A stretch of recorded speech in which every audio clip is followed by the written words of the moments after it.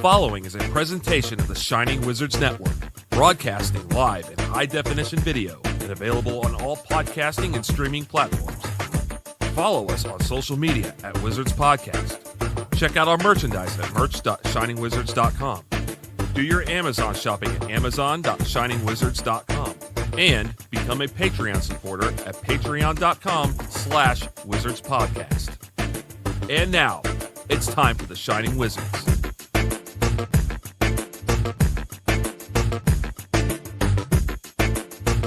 Mr. Steven Seagal, fly down to Jamaica and say one, the baddest girl. So them tell me to lay the stock, I don't know me raw.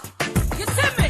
So, Girl, what you really want tonight? me want the body if it make me feel nice. Why? Tell me what you really want all night. Me want the bananas if it make me Me nice. want the body, him want the punani. I mean, know it nice. So, When the girls start to strut, you could look at their butt, you shouldn't do that. Because dress is just as pretty, not just there to cover her kitty. when me a fling it up, you better know to back it up. When me a dash it up, make sure you black it up. If you ever flap it up, then me a go lock it up. Park it up like Benji hold up. So, me want the body if it make me feel nice. Why? Tell me what you really want all night. Me want the bananas if it make me nice. Me love the way you walk, sometimes the way you talk is so hot. Now you know, let's have a shot of rum. Then me can make you come with me to the ocean. That would be fine. You can be my bow cat.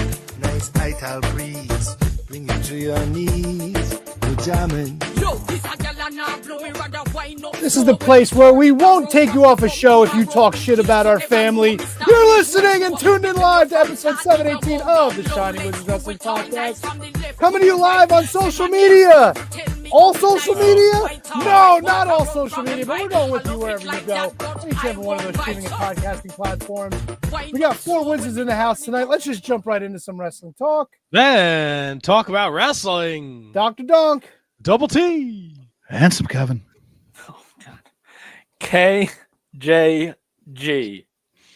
Now, I do want to let you know, though, usually the error that comes up on X says that we've been disconnected. Now an error occurred. Wait a moment, then try again. Oh, hey. Ooh. The Attitude Era. So I guess we're moving in the right direction. Also, before you went live, your microphone was again on. Yeah. No, I've been muting it. No, it's No, on, dude. it's not. I've been muting it. You can't I can me hear right you now. laughing. Yep. No, it's not me laughing. It is. It's 100. You laughed through the fucking Joel Gertner intro last week. I did no such thing. My microphone has been off. Look, it's on now, and now I hit the switch and it's off. Do you understand? No, I'm it's hitting not. this- We No, heard- it's not, I dude. heard everything. No, it's You're not. hearing this right now. Yes. Yes. How?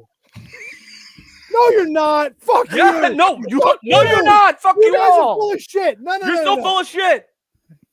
How? No, it's How? No. impossible. I shut the switch. How are you? I hearing shut the me? switch. How can you hear? We hear you. Bullshit. How does you know what you're saying?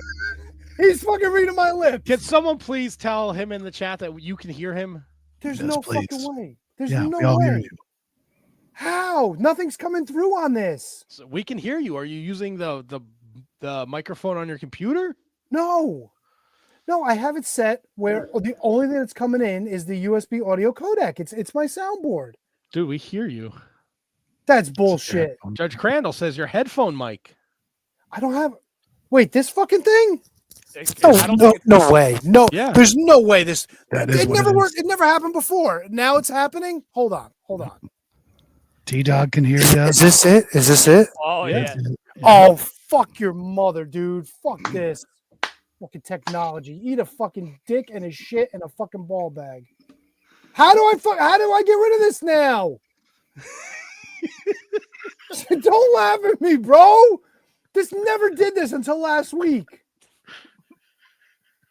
What? And I was yelling, Mr. Steven Seagal. Everybody probably fucking heard me. Yes, that's why I said. I pointed at you. Phone's ringing. I thought too. you were dancing back with me. Look, when the opening video is on, we can still all see each other. So we do a little dance. We entertain ourselves while the credits are rolling. Yeah, but Little like did I know that my microphone was biting me in the fucking asshole. we're also like not out to get you. I don't know about that sometimes. Just like the fact that we've been going live at 7:00 for like the That's past 2 bullshit. months. Y'all are fucking lying to me now. Wait, Well, but you can hear that, no? no. No. So my microphone was wrong. How about now? You sound much What? better. No, hit the microphone again. Oh, okay. So when we have our pre-show meetings and I'm like, do I sound great? You're all like, yeah, you sound great. I can hear you I couldn't fine. tell the difference. My laptop microphone was on. That's why. So now, no, it had me as external microphone. It had me on this. So this wasn't even working. There you go. Now, if I hit the switch, Great. Now we can't hear you. wonderful. I'm so glad we have fucking pre-production meeting when you cocksuckers tell me I sound fucking beautiful. You sounded just fine, Tony. You sounded great. Everybody could hear you. Well, I mean, I always sound great, but I'm talking technology-wise. Jeez. All right, for 719, we should be good. I mean, whoever made that earbud mic is a hell of a production. No, the fucking settings for some reason fucked off. So whatever. So are we on X or not? Are people on No. X fucking disappointed? What happened? We're not. I don't know. I don't work. I can't get it to go. Go An live. error occurred. An error. I'm- Wait a moment. Try again later. What if we removed it and then tried to fucking put it back? Will that Try work? it. Or will Go that- ahead. Go nuts. All right, I'm removing it Do from the that. I'm thing. going to talk to the boys about their Thanksgiving. Gentlemen, how was your Thanksgiving? Okay, I'll let you start. Oh, mine was fantastic, man. Had a great time. So you got yourself a new hat. The Got game? myself a new hat at the game. Yeah, my wife and I went out to Green Bay. Went to Lambeau to watch the Dolphins Packers game. I love it out there, man. It's a different atmosphere. I had a great time. Did a little fig hunt on the way back. Scored a couple of things. It was just all around, just top notch Thanksgiving. Couldn't be happier about it. What'd you get? What I get? Figs. Yep. Fig, other than Oh, I got a shitload of yeah. I picked up looks like the SmackDown 4-pack. Oh, with Eddie, Cena, Austin. Nice. I got a shitload, man. It's Really? You went that crazy? yeah, I got a little bit of an issue. I also got some packages that arrived. I got quite a bit. Good. Pretty good haul for the next time I'm able to record with old Tropic Al on the tots. Now, how come you didn't wear your dumb cheese head to the show? I could go get it if you want me to. I don't. All right. Could you just show us your cheese dick? John C. noticing voice sounds sexy, HK. Hey, big time thank you to old Johnny C. He filled in for me with Tropic Al on tots. I did a great job. Great guy. I love that Johnny C. He can get off my lawn, but for the most part, Johnny C's a good man. Oh, wow. You, the nice compliment and then the backhand compliment. Well, he'll find out why soon enough. All right, KJG, how was your turkey day? It was fine, man. Family down at the Ants, good old the mean streets of Colonia, New Jersey. Oh, nice. So yeah, it was a good time. Just played with the nieces the entire time, and my cousin's got a girl around their age, and another like 6-month-old or 4-month-old, whatever. So yeah, just played with the kids, had some turkey, and it was good. I like it. Donk? Foosball. Yeah. My niece and nephew came over for a little while. They're like in kindergarten and second grade, so they're like little youngins just running around acting like maniacs, which was a lot of fun. No, yeah, everything turned out all right. We still got a little bit of leftovers, but for the most part, everything got crushed. I mean, I made a ton of food. Nobody else made a ton of food. So yeah. Oh, and we had a gas leak coming from the middle of my street, not from anybody's house, from the actual fucking street. So we had a public service out ripping up the street last night till like 2 a.m. So that was fun. So nice. at first when you said you had a gas leak, I was like, just one? And because oh man, that was funny. But so you said you cooked, right? Yeah. What's your best dish? What are you the best at making? Like what does everyone rave about on your Thanksgiving? My potatoes, my scalloped potatoes. I do like a mashed potato with a little cream cheese, some French onion dip, and just smooth it all out, bake it, put a little butter on top, get a nice crisp on it. Is that a good old Tony original recipe or? No, I forget where I got that recipe from, but I kind of tweaked it over the years, so it's kind of mine now. But I'm a it's little good stuff. confused. Tony. You said you do a scalloped, and then you started off by saying mashed. Yeah, so the Two recipe was different called. concepts. Oh no! It's the potato souffle. The corn that I make is scalloped corn. That's where I got a little. How do you My- scallop corn? I thought potatoes were the only things you can scallop. I don't know. It was another recipe that I got from somebody. Who knows why the word scalloped got in there, but it's just been called What scalloped. does that mean, corn. by the way? What is I what don't is know. a scalloped potato or scalloped corn? I don't know. Let me look up scalloped. Please do. The abundance of fucking jerk off Packer fans that just showed up in the chat between Brundo and Harry. You talking about HB here? Yeah, I am talking about HB there. That HB is a good guy. But that's never up for debate Well, why did you call him a jerk off? because he's a Packer fan. That doesn't make him a jerk off. Plenty of things make him a jerk off, not that. Oh, okay. Cooked in milk or cream or covered in breadcrumbs. That's what it is. So yeah, so it makes sense. The corn is scalloped. It's cooked in cream. Actually, it's not cream. It's condensed milk. But yeah, same thing. Same. I'll let it slide. It's a pass. You get a pass. So I guess mashed potatoes could technically still be cooked in cream and be scalloped. Yeah. Well, I mean, mashed potatoes. Yeah, but they're just mashed. Like these are actually like there's more ingredients. It's baked. Little cornflake crust. No, not on that. No, No. just the butter on the top. The butter gives it a nice, there's a crispy, crunchy top. Crispy, crunchy top. Yes. Love it. What? I don't know. Just the way we're starting this is really making me happy. Thanksgiving. We had to catch up. We didn't do the show last night because everybody was busy. So we got a Tuesday night edition. So that's exciting. I gotta say, I like this Tuesday. This Tuesday ain't bad. I'm just saying. I like it. Don't even try it there, I Spider. just like it. I'm just saying, hey, Spider, I like that. Yeah, Spider. So one off for me, buddy. All right. Just so happened I was off tonight. So, nothing says fucking let's take 3 weeks off of work. Fucking kill myself. Jesus Christ. Are you Go feeling back to work better? for 2 fucking days. I got fucking sick. At some point, I'd missed all the weekend, Friday, Saturday, Sunday. I still sound like shit. I think Buck's got a scallop potato Why recipe. do we keep pulling up Buck Zoom off comments? Because he's enjoying the show. That's why. He's a He's big look- supporter. He's Big not a He's not a Patreon. He's a big contributor to the show. Okay. Did he order a Christmas shirt? I think he might have. No, I don't think he did. Listen, Matt, he gets 1 hour of recreation a day, and he chooses to spend it with us here at the Shining Wizard. Should we Yeah. send him a Christmas shirt? Well, that's what I'm saying. Like in fairness, like we haven't really contributed to his JPay, so he has no money to buy a shirt. Well, I was not in charge of setting up the JPay. Do you really want to send Buck Zoom off a fucking Shining Wizards Christmas shirt? Oh my God, do I ever? We could get his address. This is like That would be fucking. What if we It is a became like? I mean, I'm not going to hand deliver it, but he's not too far away from me. If you had to pick one of 2 people to send, or one of any people that we know that are in jail to send a shirt to, who would you? If you had to make a top 5, Well, Hard Body Harrison. I only know one person that's in jail. Well, you I know, don't know Buck Zoomhoff. He's never been on the Sure, show. you do. He's part of the show. But I don't know him. He wasn't a guest before he went in the clink. oh yeah, okay, yeah, that was a dumb question on my part. My bad. So We gotta know 5 people in jail.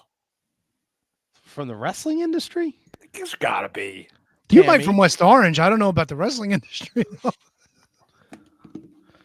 Tammy. Yeah, Tammy. Yeah, Who else Tam- went to jail? Who else is in jail? That's it. That's the only one we know. Is that it? Yeah.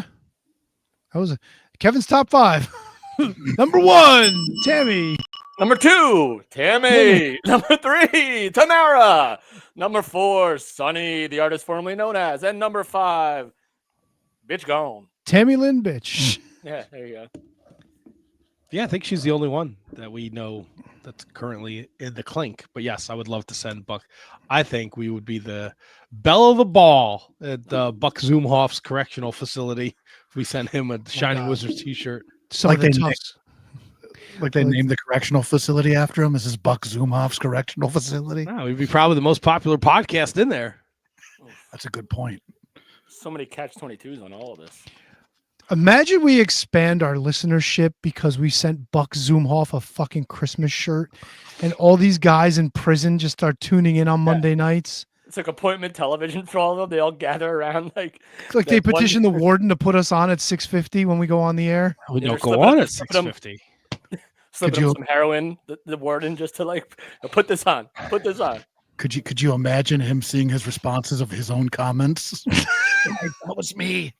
That was me, guys. It was me all along. We might get him in trouble. The fucking warden will start searching his cell. Yo, where's that phone? Any you more got? trouble than he? Come on, You know man. who'd be the biggest star though? I wouldn't be shocked if there's a more local celebrity than Buck Zumhoff in that prison. Yeah, but if we were on the thing, you know who would be the hit? If we sent Buck Zumhoff a shirt, I think I know where he's going with this. who would be the hit? You guys didn't hear that? No. Oh, Good.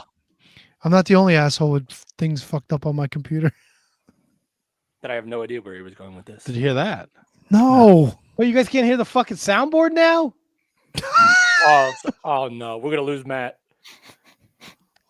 He's gonna You get. guys- You're gonna get furious, and we're gonna lose you. Don't please. Are you don't fucking get with furious. me? No. No, we Oh. can't hear it. God We're not damn out it. to get you.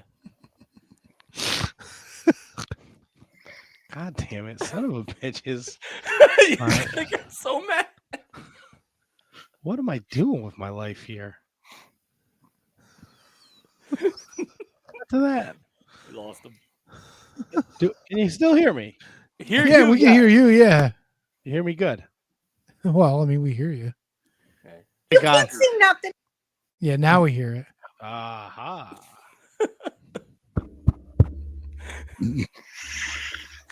Fucking fuck. All right, so everyone had a good Thanksgiving.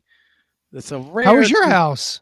Oh, My yeah. house was great. Oh no, Great. I made my first drink at 12:15. you've earned it. Yeah, you know, it was good. It was good. The family showed up and everybody ate, and my wife fucking busted her ass and cooked a shitload of food. And You ate a What's her shitload of food? oh yeah, What's her best dish? oh I like the corn casserole that she makes. Ooh, all right. I've heard of green bean casserole. I've never heard of corn casserole. It's like a corn like creamed corn inside cornbread baked. Oh, it's delightful. The scalloped corn. Delicious. Yeah, no, it was good. It was good. It was good. Good job. Everybody was gone from the house by like, I don't know, before the football game started. And that's when I started to feel like shit. So that was good. And I woke up Friday and I was like, nope, Did you make any new friends for Thanksgiving? no. No stragglers. No stragglers this year, which I guess is a good thing. It means people had places to go. Yeah. That's true. But I didn't get to watch a shitload of wrestling this week. That's what it's all about. It is. Well, I didn't think I'd be home for Survivor Series, but I was home for that. And I didn't think I'd be home for the GCW shows, but I was home for those. And I completely forgot the Collision was on at 4:00 Saturday afternoon, so I was annoyed about that. You're not the only one. Yeah. But yeah, I watched a shitload of wrestling. I mean, come on, Survivor Series, guys. War Games, Saturday night. How we love- doing? Did we shit the bed in picks? I feel like a lot of us may have done bad in picks. Me and you went 3-2. Me, you, and Brundo went 3-2. Tony and HK went 4-1. Come back, baby. Did you guys have what was it, Shinsuke, or was it? I'm the only one that took Shinsuke. That's a good. That was a good pull by you. I took Shinsuke. Did you? I gotta. Yeah, I think it was. I missed the women's War Games match. Yeah, I missed that. I missed both War Game matches. Both? Yep. Wow. I really thought that CM Punk was going to CM Fuck Punk Roman? and we're gonna fuck Roman Reigns. Why would you think that, bro? They had a deal. Did you We see the didn't know they promo had a on deal. Friday? Did you see the promo on Friday? Friday, yes. Yeah, but Yeah. I don't know. I don't trust CM Punk. And why would you think they'd go heel in both war games? Why did I think that? Yeah. I didn't see. I see where HK is coming from with that question. Why? But I felt like they were moving on from Liv. I wish I had the women's one back, that pick back, because they're moving on from Liv and Rhea, and now it's Io. So I wish I had that back, and I kind of wanted to go back and change it after I sent it, but I wasn't going to be that guy, so I just kind of let it. Yeah. I mean, you could have been that guy, but I will say this: I saw Rhea did have a tweet saying that she's not done with Liv. So I mean, there is that, but we didn't know that till today. So in the grand scheme of things, of like bigger picture, like Matt, you gave your reason for why you picked what you picked, and you thought it was because Rhea is going to be moving on from Liv or vice versa. But I also felt like I don't blame you for picking two heel teams now, because we don't know what to expect out of this booking committee anymore. We're like, we are conditioned to learn that like in the two big matches, a heel's not going to win both, or a babyface isn't going to win both. You have to balance it out a little bit. Whereas I think everything is out the window now, especially when it comes to WWE booking. They will do what they think makes the best sense for the story and for their TV shows, whether or not that means heels sweep a show or babyfaces sweep a show. I think that's the world we're living in now, especially with WWE. I thought you were going to say something, Doctor. No, sorry, I just had a bit of a yawn. No, I enjoy. Wow! All right. I enjoyed Survivor Series though. I thought it was a good show. I think they do like the men's War Games match was fine.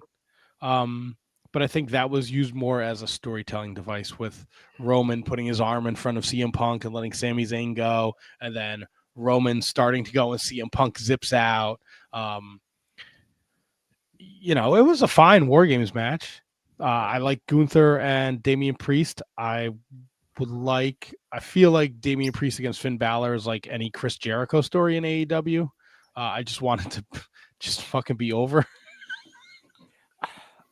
I know what you're saying, but I think with all these like new like splattered in shows like Saturday Night's Main Event and all these other things, they need content to fill it. And why not go with a story that's been and now Finn is now interjected into the Gunther thing. Now is Gunther projectively going babyface, HK? Like, is that a world where we're living in where Gunther is now a babyface in this whole situation?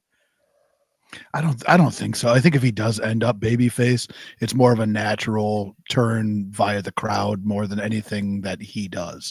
Right. I could see like with him not wanting or being upset that Finn had interfered with it because he wants to beat everybody clean and that type of way he's going about. Sure, I could see that, but I don't think that it's going to be a face turn through anything that he did. It's more just that natural fans are now for him. Right. And Doctor, the one thing I wanted to get out of this men's War Game match is on the side of the OG bloodline, where I wanted like everyone to like shine as individuals, and it seems like they got that. They did that right. Like everyone had their moment in that match on the face team. Jimmy Uso with the splash, Jey Uso with the entrance. The CM Punk Roman Reigns miscommunication, which Matt alluded to, was more about the story progression than it was the actual match. But then I think the only person that may have gotten left out of the picture but was made up for on Raw the next night was Sami Zayn. And I want to get your take on how each individual on that OG bloodline team like showed up in that match. Yeah, I mean, I go back to what Matt said. It was definitely story driven, which is something that we've come to know and accept and love if you're into that kind of thing. Like I am. I'm a sucker for stories. Yeah, I mean, everybody got their moment, and the match didn't wow me. I thought it was a good match. I thought the storytelling was there. As usual, I could do without putting hats on hats without having all the extra equipment in the cage. But yeah, I really don't have, a problem with the men's match. I'll tell you, I am glad that I watched the men's match before I watched the women's match because, oof. I don't know how many fucking times they can go to the top with trash cans on or no trash cans on. But when they long pan the two rings and there's fucking 8 people standing underneath them, like with their arms up in the air, and there's like 5 seconds before they dive, it's like, we got to start fucking rethinking this shit. The women's match, there were moments here and there, but when you're beating fucking somebody with a baseball bat nonstop and then that person wins the fucking match. Yeah, the women's match left a little more to be desired. It's and the good girls got in first, and they decided to let Nia Jax start the match, and she's not. Nia Jax should be what she's there for. She should be a fucking human wall. Starting her in a match and making her actually like have to do a lot of stuff. No, people should be fucking bouncing off of her like Shawn Michaels against like Vader or The Undertaker. You know what I'm saying? Absolutely. Awesome. Go ahead, Double T. No, I like your voice, so go ahead. Thanks, babe. When they had introduced the Money in the Bank briefcase to the match, I was as excited, I think, as I've been for a potential cash in. And when they didn't pull the trigger on it, it was so disappointing. And I even liked the way the commentary team played up to it. They're like, well, how is this even going to work? How is she going to do this during this match? I wish they would have pulled the trigger on it during the match. It would have been something huge, something we would have never seen before, didn't see coming. It would have been fantastic. I was as excited as a potential cash in as I've ever been. Do you remember when Seth Rollins cashed in at WrestleMania to make Brock Roman? Yes. A triple threat match where in every other scenario where a champion has tried or a challenger has tried to cash in, they brought their own referee. Do you guys remember if in that triple threat match, Seth didn't have it, was there a second referee or no? No, I don't think so. He just ran down with it, right? So they could have feasibly done it where Tiffany could have gotten was Liv in the match then? No. Yeah. Yes, Liv and Nia were both in the match. Both of them. And that referee that was in the match already there would have been able to count. Of course. For sure. Oh yeah, that's a missed opportunity right there. And they also said during the match that if you escape the cage, your team loses. Like they made that point. So I thought, what a phenomenal fucking thing to do for her to cash in, take the cash in, fucking leave the cage, make her team lose, grab the title, and get the fuck out of there. That would have been very satisfying. And she would have had no fucking friends. Yeah, it would have been beautiful. Ooh. Oh wow. That's good. I was thinking like, oh, well, you're gonna let the crowd down, no finish of the match, but that is essentially the finish of the match. The crowd would have erupted for her. Yep. Oh yeah, it would have been beautiful. Yeah. Which do you think she would have taken advantage of Nia, or she thinks she would have went for Liv and then two buddies are champions together? No, I think Nia, because there is dissension in the Nia Tiffany world with Candice LeRae. Oh yeah. So I think that would have been the way to go. And I know that I've been harsh on Candice LeRae, but when she's out there, she looks so fucking awkward. Like she doesn't need to be there or doesn't want to be there, but it's almost like she doesn't know what to do.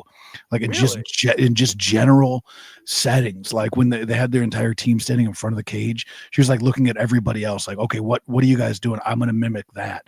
And I'm very nitpicky on her, and I realize that because she's so flat to me, and so that draws my attention because I want to see her be better. But two, to also justify my own take on her being like, the crowd doesn't really give a shit about her. Is she a fine hand of the ring? Sure. But she just doesn't look like she belongs in the setting. Right. And you said a lot there. And I think you're right on everything that you said. Where it turns out like she's flat because she's like the one, I'm not going to say the one mistake, but she was inserted into this story with Stratton and Nia kind of out of nowhere. Indy Hartwell got let go. What are we doing with Candice now? Let's put her in this. So on one hand, you are 100% right that the fans shouldn't care about her because before that, she was doing absolutely nothing. And they didn't care about her then either. Look, when she came back, it was completely flat. Was that because it was like the same week or the same 2 weeks as like Johnny Gargano coming back? Was it that? I don't remember I just remember the reaction because there was fucking none.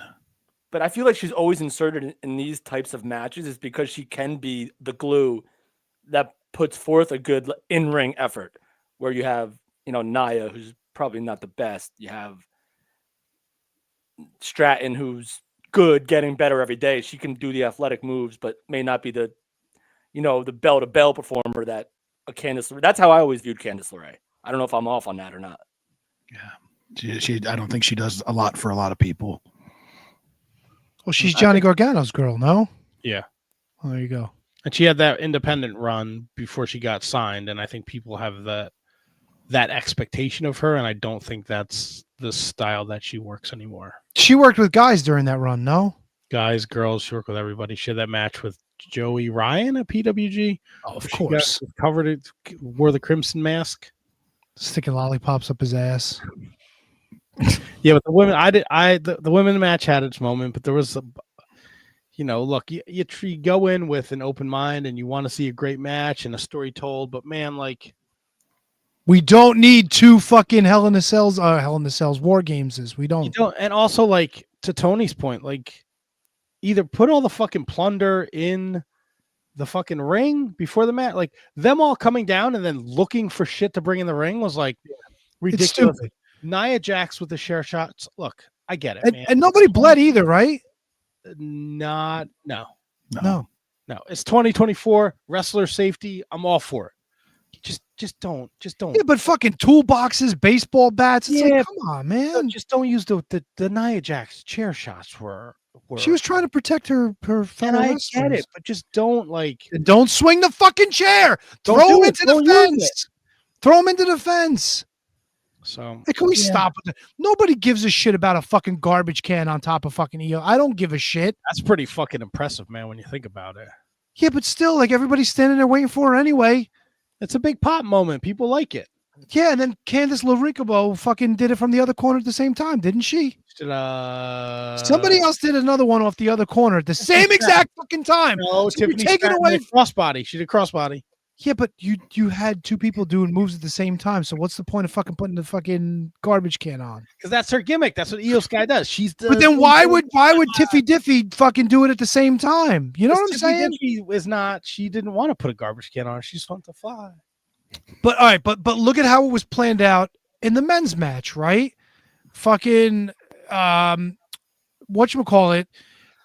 Who went all the way up to the top? Was it Bronson Reed or was it Jacob? All right. So Jacob Fatu went up, he missed. He fucking ate the shit. Bronson Reed went up and missed too, didn't he? Yeah, he broke both his ankles. Okay, but then what happens? Fucking Yeet Man goes up to the top, and finally, after a progression, he fucking nails his, and the people go nuts. No, it was no Yeet Man. Oh, whatever. One of the fucking yeeters. And Bronson Reed, to be fair, missed because CM Punk pulled Roman out of the way. Yeah, he did. Yeah, but it all built, right? Like, it all built. It wasn't like, oh, you're going to go to that corner with a garbage can? I'm just going to fucking do a flip over here. That's fine.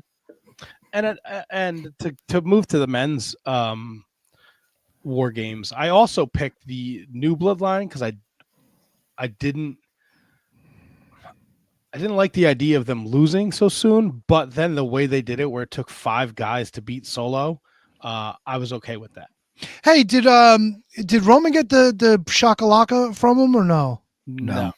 So I thought that was the point of it, though. No, I thought that was the whole point of the match, because even in the night before, CM Punk's like, I know you want the Ufalaka back.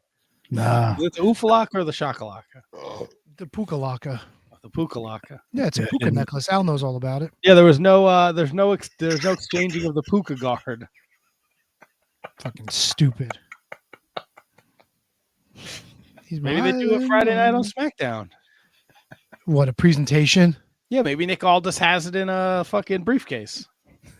They put everything in a fucking briefcase on SmackDown. I mean, what are you supposed to do? Not put stuff in briefcases? I don't Everyone's got a fucking know. briefcase. Moxley's got a briefcase. Everyone's got a briefcase. Fucking Moxley, the fucking plumber, needs a briefcase. He should be carrying a toolbox, that fucking tool. What did you I love the fucking triple threat match for the IC title. Match of the night. 100%. Dude, Braun Breaker is going to be, if he's not main event in WrestleMania 43, then something tragic happened to his wrestling career. What is this one? 41? He might be main eventing 42. I was thinking that, but I was going to give him an extra year just to be safe so I don't look like a complete idiot. Were you shocked at how over Sheamus was with this crowd? People love Sheamus, man. Yeah, they do. Like that's the way it's always been with him. But if you watch Raw on a weekly basis, he never gets the reactions that he got. I think they told a good story with it. Like, he's never won the IC title. You know, him and Braun Breaker beat the dog shit out of each other on Raw the week before that. And then you throw Ludwig Kaiser in there, who's finally has like a backstory. He's getting out from underneath Gunther's shadow. Like, there's a story there, and I fucking love this match, man. Braun Breaker is a fucking freak, dude. And then the Kaiser getting the shillelagh and laying, no pun intended and no dirty joke intended, laying the wood to fucking to Sheamus like that, like, was fucking awesome. Yeah, I really enjoyed the triple threat match. Yeah, bigly. I know it's a little bit ahead of the game, but do you think that they give Braun the Royal Rumble push? Not win it, but that impressive showing, like 7 eliminations or something like that. Yeah. I mean, did he do that in this past one? He might have gotten that push. Yeah, he replaced Brock Lesnar, didn't he? He got the Lesnar spot. I think Kevin's right. I'll tell you right now. Give me a second. I don't remember. I'm pretty sure he got. He probably eliminated like Braun Strowman or something like that. I bet.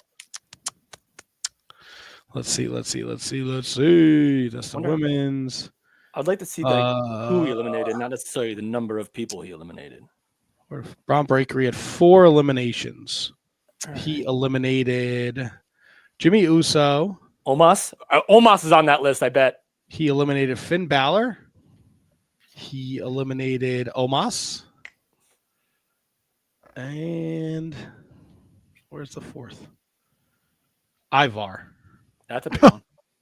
No, that's a big one. Ivar was getting pushed pretty heavily as a single then, and he's a big boy.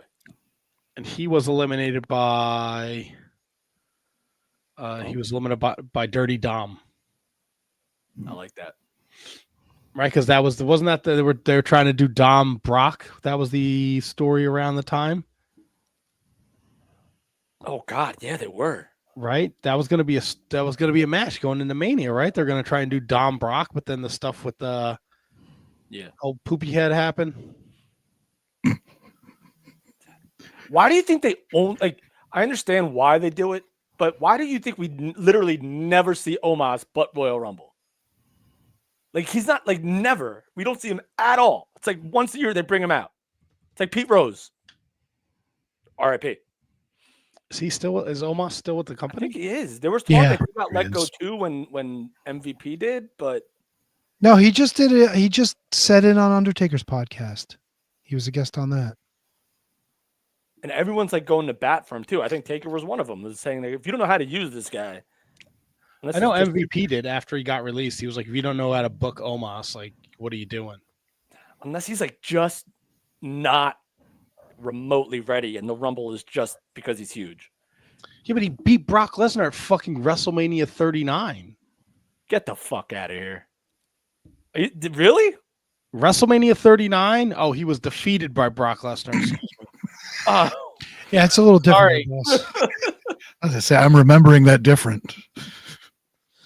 Let's see. He was in the 2024 Andre the Giant Memorial Battle Royal. Before he eliminated Kit Wilson before accidentally eliminating himself. Who the fuck is Kit Wilson? Oh, one of the Pretty Deadly guys. Yeah, pretty. And that's the last thing on his Wikipedia. Oh boy. So if you had to like overall like grade Survivor Series, like you all said that it was pretty good, it was okay, it wasn't their best work, but it was good enough. Like little letter grade ski or number grade ski. I like Gunther, Damian Priest. Shinsuke LA Knight was fine. I give it like a B. I enjoyed the show. I'm with you. I Solid don't. piece. I think. I don't think every show can be like WrestleMania, right? Like I know it's one of the big five or used to be or whatever because there's a fucking pay-per-view every month, but like there's so much fucking wrestling. Like sometimes you just have to use these big shows to tell a story, and telling the Punk Roman Reigns story in the end will probably do bigger business for them than having this be like a fucking 5-star Survivor Series. It was not bad by any stretch of the imagination, in my opinion. All right. HK? Yeah, I mean, I thought it was a fun watch. I enjoyed it. The War Games match, I'm very much in line with Tony's thinking of putting a hat on a hat. It did get tiring to see everybody that ran to the ring go underneath the ring to grab a weapon to throw in. It just didn't seem necessary. Women's War Game match was a little bit clunky for my liking, but still kind of a spectacle. And they did give me that excitement of the Stratton situation there. LA Knight and Nakamura was okay. I mean, nothing like very bad about it, but nothing like over the moon great either. The storyline of the main event was fantastic. The triple threat was very good. I'm probably right in line with what Double T is saying. I mean, maybe a B plus, just because I really did enjoy like sitting back and watching it. It was the story was deep but still easy to digest, which is not an easy thing to do. I thought they did a great job of it, so I'd probably go B plus on it. Yeah, and Tony, I think if the words that HK just said, if the words "fun watch" come out of your mouth when you're watching a pay-per-view, I think that they've succeeded. Like if you call it a fun watch, I think that's good enough, Donk. I mean, I didn't watch the whole show, but I made it a point to watch the two, War Games. Yes, thank you. The two War Games matches. So you know my opinions. I refrained from a letter grade, but enjoyed the men's. Didn't really like the women's. So I think you would really like the IC match, the 3-way dance. yeah, I'm planning on going back. Every time I say that, though, it's just kind of like I move on to something else, like a fucking Larry Zbyszko match from fucking Championship Wrestling in 1980. But why would you do that to yourself? Awesome. Because I love that shit, bro. The train kept it rolling with Raw last night. Bro, yeah, I mean we're always doing the show on Monday nights, so I don't get to watch a full Raw. I usually catch the end, and last night was no different. I caught the end, but man, I went back and watched it today. What a fucking episode, man! They are fucking firing on all cylinders, from the Seth Punk stuff with Sammy and Jay, yeah, to the New Day swerve. Woo, bro! Best piece of television I watched all year. That New Day swerve. Holy smokes! What a fucking setup too all day. They put out that fucking Big E. He wrote that article for the Tribute yesterday, which was making the rounds. Have you read? I haven't read that. Has anyone here read that? I read it. It's a great fucking read. Nice. Great read. And then just the fucking execution last night with Xavier Woods and Kofi Kingston. The whole setup, they get there separately. They're shown separately. They come out together. They're only kind of getting along because they're noticing all the celebration for the New Day. And just as they're about to pull the chute, out comes Big E and they fucking bury him. So fucking hard.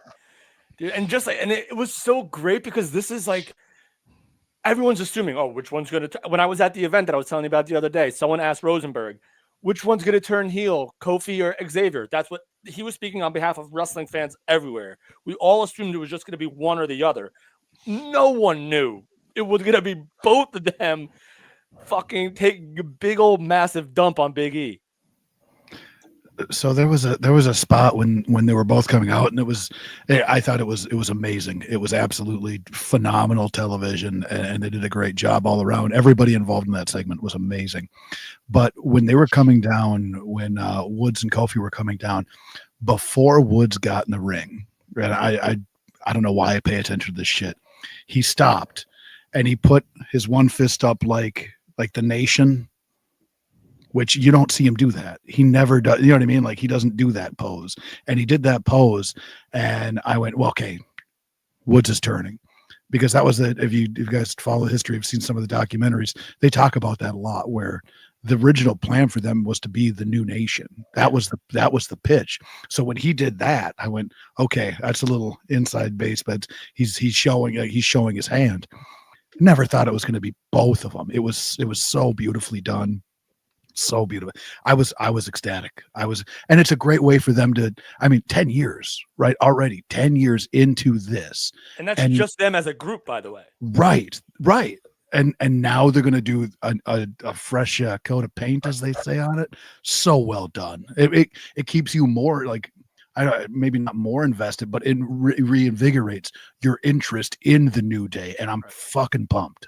Of course, Matt, you don't want to see the New Day against fucking Tozawa and Otis every fucking week on Raw. It's old hat. You want to see them involved in the fucking tag team title picture. Now with this, like, man, fucking Big E's like, I want to be your manager. And they're like, you fucking left us. Where the fuck have you been? Like, oh, they fucking buried him. Your new life, your new girlfriend.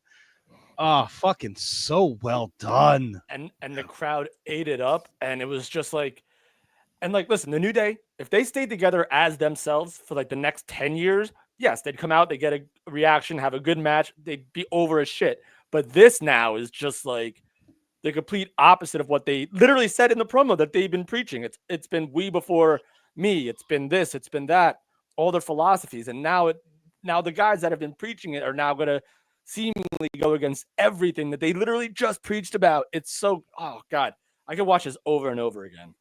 So to go to the chat here, MB says, wrestling hasn't made me feel heartbreak like that in such a long time. The New Day segment was a true masterpiece. I mean, I have yet to hear anybody say anything negative about that segment. I will. They were so fucking mean to Big E.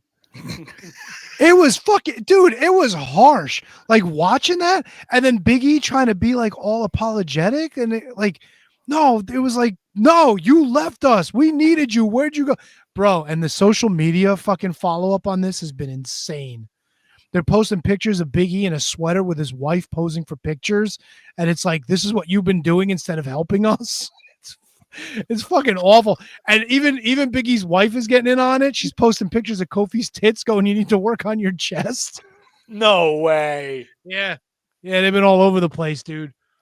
It was brilliantly done. I genuinely felt bad that they did Big E the way they did him. I really did. I was like, this is your brother, you know? Like, you fucking went to war with this dude. You held him up when he won the title. Like, what the fuck? It's a great way to do a heel turn. Yeah. Bring back a fucking beloved member of the team and have both guys fucking shit all over him. And look, it wasn't like they were just shitting on him to shit on him. There was a valid reason. Yeah. He showed up and he was like, hey, I'm back and I want to be your manager. And they were like, no, man. So let me ask you. So Big E's like, he's done at this point, right? Didn't he just write a book? No, he just wrote that. That was that article in the Tribune. Oh, it was an article? I thought he wrote a book. The way I saw it, I thought it was a book. I don't think he wrote a book. Oh, well, he probably should. Now that his friends fucked him over, he's got a story to tell. Dude, this is like, and like they buried the fuck out of him, but like you got the sense that this was a totally different type of burial than when like Vince McMahon was running the show and he just shit on people to absolutely shit on them. Yeah. Like, this was this could have been like a TV show in and amongst itself and could have probably won a Emmy. Sorry, Tony. The great thing about it is it's like you look at Kofi, you look at Xavier Woods, these were the fucking pancake guys. These were the fucking trombone Lucille guys. These were the fucking the Bootios guys, you know? Like, so it's like you hear this fucking like this hatred and this vitriol coming for these genuinely nice dudes that would come out like New Day rocks, like all that shit out the fucking window. That's what made it so much more powerful. And we saw, now I'm not saying, but this could be the long game with Big E, right? Never say never in wrestling. We saw them do it with The Miz and Daniel Bryan when he was doing that talking smack thing. So this could be like a real long game with Big E, you know, a year and a half down the line coming back for his comeuppance. I do to go to your point generally, I think that right now WWE is doing a tremendous job with the long game in all of their stories. I mean, we got everything in this episode with CM Punk, Seth Rollins, Sami Zayn. It's all long game stuff, dude. Bringing up stuff that happened years ago, but fitting it all into as pieces of the puzzle to make it all make sense. It reminds me of all the stories in the 80s where everybody was off doing their thing, but everything was just a little bit intertwined. Like everything was just a little bit of a crossover. So anytime they want, they could pivot to something else. And that's what's making all of this shit amazing. And I think that's why for this long, the all the stuff with the bloodline has been so great, because there's always these little new nuances and these little new pieces that get in there, or some pieces that come back, you know? It's really working so well across everything. And that's why I'm always like, you need stories. And this is the reason why, because everything just fucking, like, you can watch it, like, they spell it out for you, but you don't have to be like a complete dunce to get it. You know what I'm saying? It's like, oh, all right, I see this, I see that, I can see this, you know, maybe they'll go this way. And when they hit you with something that doesn't match, it's a genuine surprise and it still makes sense. Yeah, and HK, like, I don't know, like, I don't remember, is there a long game? Like, Drew McIntyre came back and attacked Sami Zayn, right? And you're assuming that he also attacked Jey Uso, but we don't know that part yet. So, like, I don't know, is there some history between Drew and Sami that I don't know about, or is this just the start of a new long game? Like I don't know why Drew attacked Sami, and I'm only assuming that he attacked Jey. Is it because they decided to team with Punk? I don't know, HK. Like, what is it? Like, what could it be? Yeah, I'm not sure either. I genuinely am not sure. And the best part of that situation is that, like, when the dots connect, it'll be one of those, like, now I get it situation. You know what I mean? Those really nice, like, there it is. Now I understand. Right now, I don't know. You know, I really just, I don't know. I don't remember any lines crossing between Sami and Drew. I just don't. Like, in my mind, I don't see them in the ring. I don't see them crossing, but there's going to be something there. So now is this more of a long game map between Drew and Punk again? Are we running that back? I don't think I don't know. I don't, and I feel like Sami and Drew had something when Drew was going after the title. When he was going after the title, or I could be wrong. There was a couple of Raws where it was like Sami, Drew, Jey. I feel like someone else, maybe Seth Rollins, was involved. They're all having matches to see who would be the number one contender. I could be wrong, but I'd have to go back and look. Yeah, you know, it's great though. Look, and like Joe Tessitore, like it's the little things, right? Claymore hits the Claymore. You instantly know it's Claymore. It's not like you have to wait. Who is it? And he takes the fucking hood off. You're like, as soon as he hit it, Tessitore is like, Drew Claymore. That's Drew Claymore. Like, don't insult our intelligence. You know it. We know it. Nobody else is hitting fucking Claymores.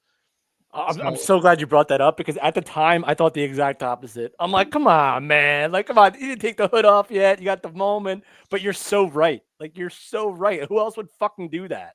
Like, you know who I was hoping it would be? And this is just me being ridiculous. I was really hoping it was going to be Heath Slater.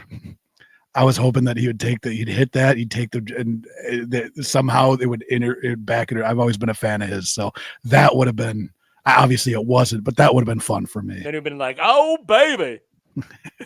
Yeah. And look, man, to Tony's point, like, you know, Seth can't trust Roman, and Sami's like, you did this. You hit him with a fucking chair. And then Seth is mad at Sami. You guys picked Punk. No, we asked you twice and you turned us down. It's fucking great. It's fucking fantastic. And look, Gunther, Finn Balor at Saturday Night's Main Event. Great. Yeah. Great. There's story there. There's meat on the bone. You know, I'm not going to say I don't want to see Gunther and Finn Balor. I've loved every Gunther title defense. So I'm here for it, you know, and Adam Pearce is threatening to do something with the tag title. So we're going to find out what's happening there. And we have Yeah, the women's Intercontinental Championship tournament. All right, let's not go that far, bro. Come on. Let's walk that back. Fucking AEW's got like 5 tournaments going on at the same time, so WWE had to throw a couple their way. I'm sure that's 100% what they were thinking. Exactly, because they know fucking the AEW fans love tournaments, so they want to steal more of their fucking dwindling audience away from them. Matthew Birch says Drew was supposed to fight Sammy at Mania before Punk got hurt. Dude, even the shit with Kevin Owens, like fucking Cody's getting fired up. He's getting fired. He fucking shit on Carmelo Hayes. He's like, this asshole is your fucking number. We got to reevaluate your fucking pick. Good. Fuck Carmelo Hayes anyway. Dude, he stinks. Wow. On ice, dude. When somebody's really bad, they say he fucking stinks on ice. Well, he's skating. Yeah, for sure. I mean, he's not bad he's not a bad wrestler. He's been absolutely like, even that best of 7 series with Andrade, been absolutely like subpar and not motivated at all for it. Yeah. Tony didn't care for your take there. I was taking his take. It was his take that I was taking. Yeah, I don't know what happened there. I disappeared, but I'm back. Oh, welcome back. Yeah, fucking man, WWE's on fire, and I guess NXT is and we have a pay-per-view this weekend to pick. Oh, really?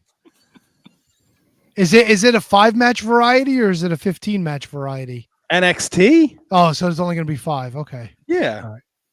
NXT deadline, Tony. Oh shit! I guess they're trying to get it in before the deadline, right? Ah, that's right. Or is the pay-per-view itself the deadline? No, I think the deadline is a new stable that's going to feud with the Bloodline. Who would you put in the deadline? Oh, Owen. It's a good one. Benoit. Pillman. Are we going to make them all Canadian? Yeah, probably a good idea. Well, Pillman's from Vegas, no? And Anvil or Bulldog. Well, it's basically the Hart Foundation, but Brett. Matt, who would you put in the deadline? Warrior? You got to put Warrior. Bruiser Brody. There you go. Ooh, that's a deadline. Art Bar.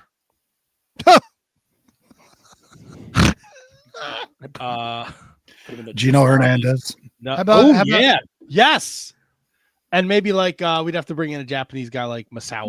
No. How about the Hayabusa? the fucking rocker guy from ECW? What the fuck was his name? Rockin' Rebel. Yes, Rockin' Rebel's got to be in there. It's fucking morbid. You could do 3 War Games matches with just teams called the deadline. So deadline is Saturday, right in HK's neck of the woods.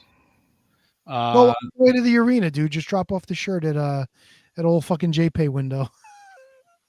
He is in a northern facility, Tony, nowhere near the arena. What size you think he is? I'm serious. I'll send him a shirt. I'd probably go extra large. Yeah, I could put your return address on that, right, HK? No, probably don't. I've met him. I've seen the van. Not necessary. You 100% can put my return address on there. Wouldn't it be great if he wrote you a letter? Oh Tony, my God! Tony, include a letter. Write a letter with the shirt. Oh my God! Fight! Tell him keep fighting the good fight. No. Don't tell him that. We do have to. Signed, Matthew. We do have to remember why he's in prison. Yeah, he was framed. No, stop. Vern Gagne killed somebody. He didn't go to prison. That's because he had fucking dementia. How do you know? Buck Zumoff's in the right frame of mind? Stop it! You're carrying around he was a fucking white dude carrying around a fucking ghetto blaster, for Christ's sakes. You think he was right? Ghetto blaster was the least of his fucking problems. Okay, it was alleged. Well, I think that's what's happening to him in prison right now. Yeah, he deserves every bit of fucking pain he suffers through.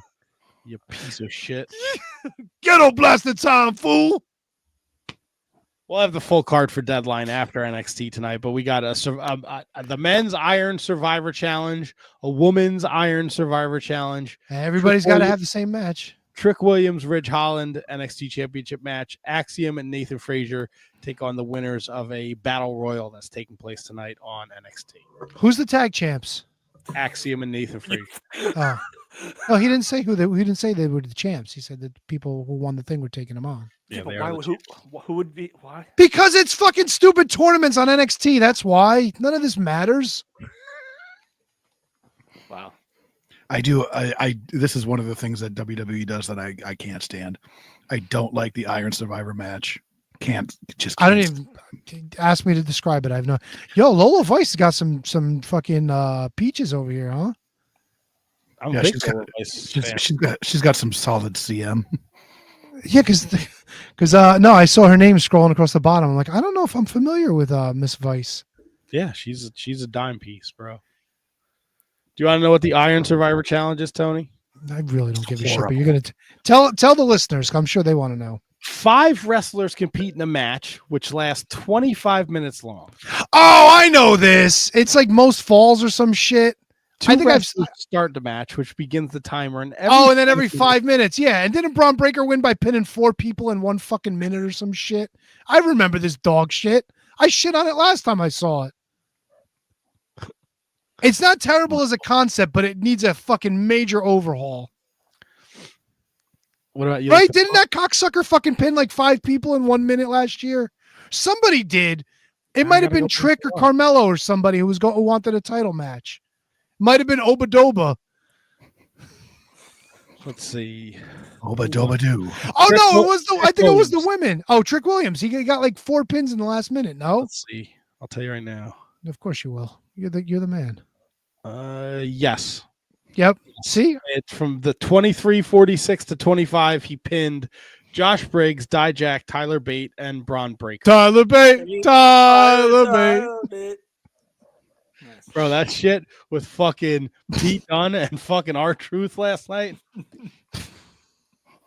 R-Truth is a fucking legend. Oh my god, he'll always have a job, dude. He'll be 80 years old doing that shit. He'll be the fucking modern day Freddie Blassie in like 20 years.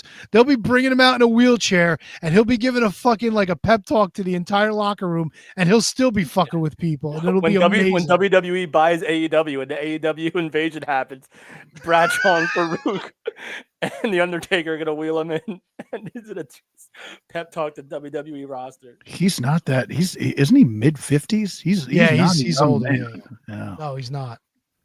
He's been doing this shit a long time too. He's 52. No, I thought he was older than that. January 19th, 1972. He'll be 73 in January. You mean 53? Jesus. You got to hang out with Tony's cousin doing the math. Yeah. Fucking loser. Fucking terrible. The kid's like fucking 6 years old. You call him a fucking loser. Sorry. Don't be sorry. Don't ever apologize. Let him apologize. Apology accepted, KJG. Fuck you, Double T. Oh, that's not very nice. Jeez Louise, buddy. We got some AEW on talk about. Oh God, all right. Fuck. Hold on. Filibuster for 20 seconds. Well, we're gonna do the thing. Are we gonna take a break? Yeah, no, we are. I gotta get us a fucking commercial break. That's okay, all. yeah. So we got AEW. I want to talk a little bit about AEW. The C2 has started. The Dynamite right after Full Gear. I watched a lot of GCW. Plus, I'm sorry.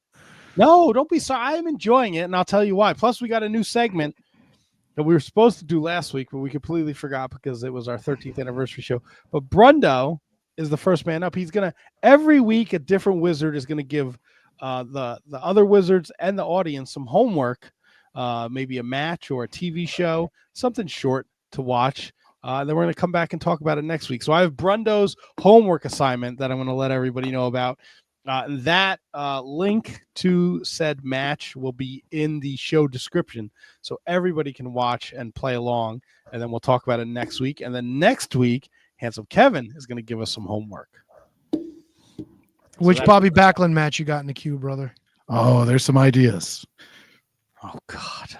I could probably float you a couple, honestly. I've been catching up on a lot You of. need to tell him about Bob Backlund matches? Is there a Bob Backlund, Larry Zbyszko against the Heavenly Bodies match somewhere? So HK looks like fucking Stan Marsh from South Park, just covered in fucking jizz. It'd be worse. This entire town would look like a snow globe. We might be sending Christmas shirts to 2 people in prison in Minnesota. What do you want me to do? Cut it off?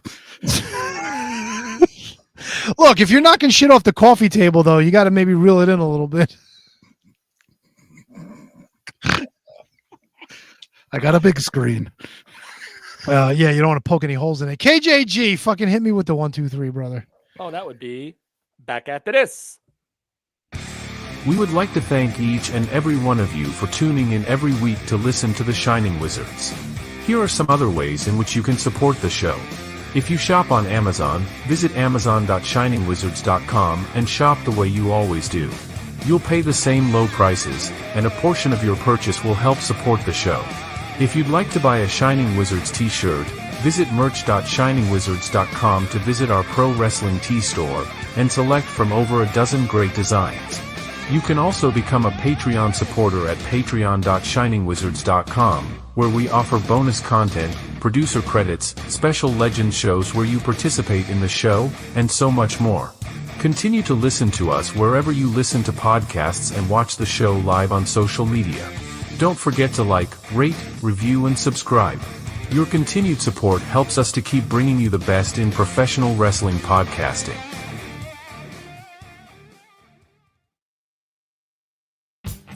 It's time for your weekly lineup of shows on the Shining Wizards Network. On Mondays, it's the latest from Gorilla Brain, featuring the year of Duke and Rogue, covering a year's worth of classic wrestling, and the Tots Pod, introducing the world to wrestling action figure collecting. Also on Mondays, it's 30 Screams or Less, a weekly review of horror movies in 30 minutes or less. Rounding out Mondays, it's the Shining Wizards, covering everything in the world of pro wrestling.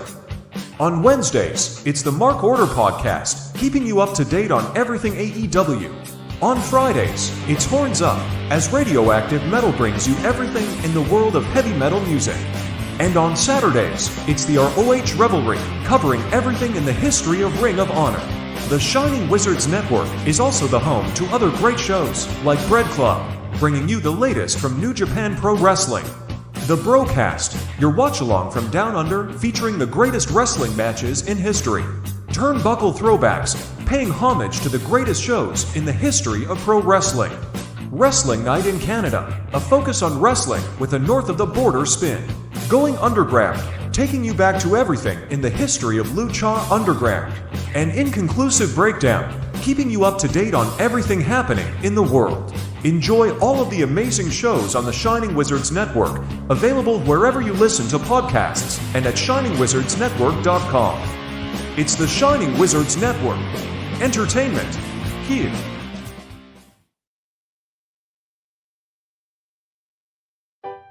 You ever find yourself in the men's room and you've had one windjammer that's stuck in your butthole and it just doesn't want to come out no matter how hard you push or try to cut it? You need to get yourself a pair of turd tongs. With a comfort tip and a cushion grip, it's the easiest way to get those windjammers out of your butthole.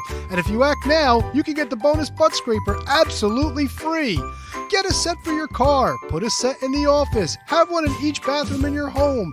Turd tongs and the butt scraper will absolutely help you. You'll be so happy, you'll want to spend every waking moment in the men's room, even if you don't have to go to the bathroom. So get on the phone right now. Call 551-333-1030 for only $19.95 plus $3 shipping and handling, or send check or money order to Turd Tongs at the address on your screen. Don't forget, folks, Christmas time. Get the man or woman you love a set of Turd Tongs. Get them a bunch of sets of Turd Tongs. I keep one in my fucking briefcase when I carry it around. Smart. Very smart. You never know, man. You never know. Like if you got to make an appearance somewhere and you know you're feeling a little uncomfortable, you got to do what you got to do to get that shit out. Am I right? Yeah, you know, when you're right, buddy. Also, if you're gonna use, you're gonna do some shopping on Amazon. Fuck yeah. Amazon.com. What's it / Amazon.shiningwizards.com.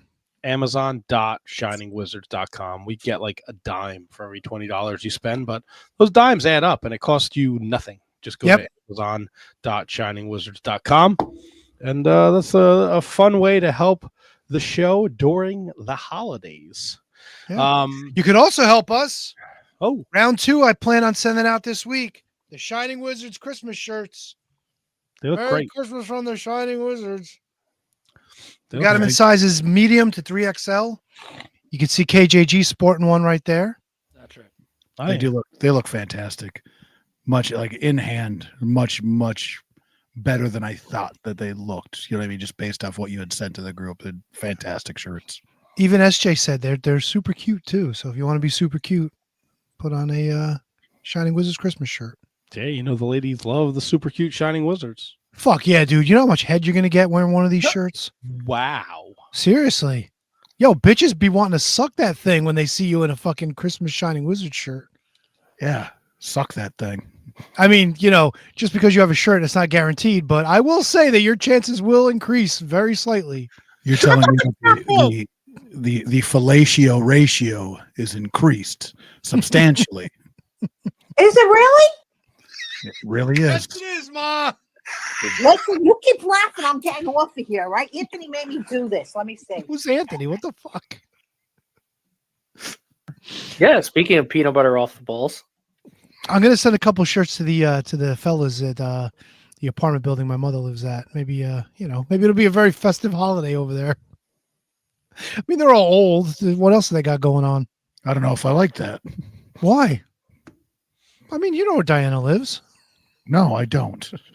I feel like he doesn't even keep tabs on Diana. No, he really doesn't. No, he don't care. He don't care. AEW, I was racking my brain today. Like, what? How you can't figure out how come more people aren't watching AEW? I was like, all these fucking tournaments and titles they have. Was Wednesday night the first Dynamite after Full Gear? And it was. Yes, it was. And they started the C2.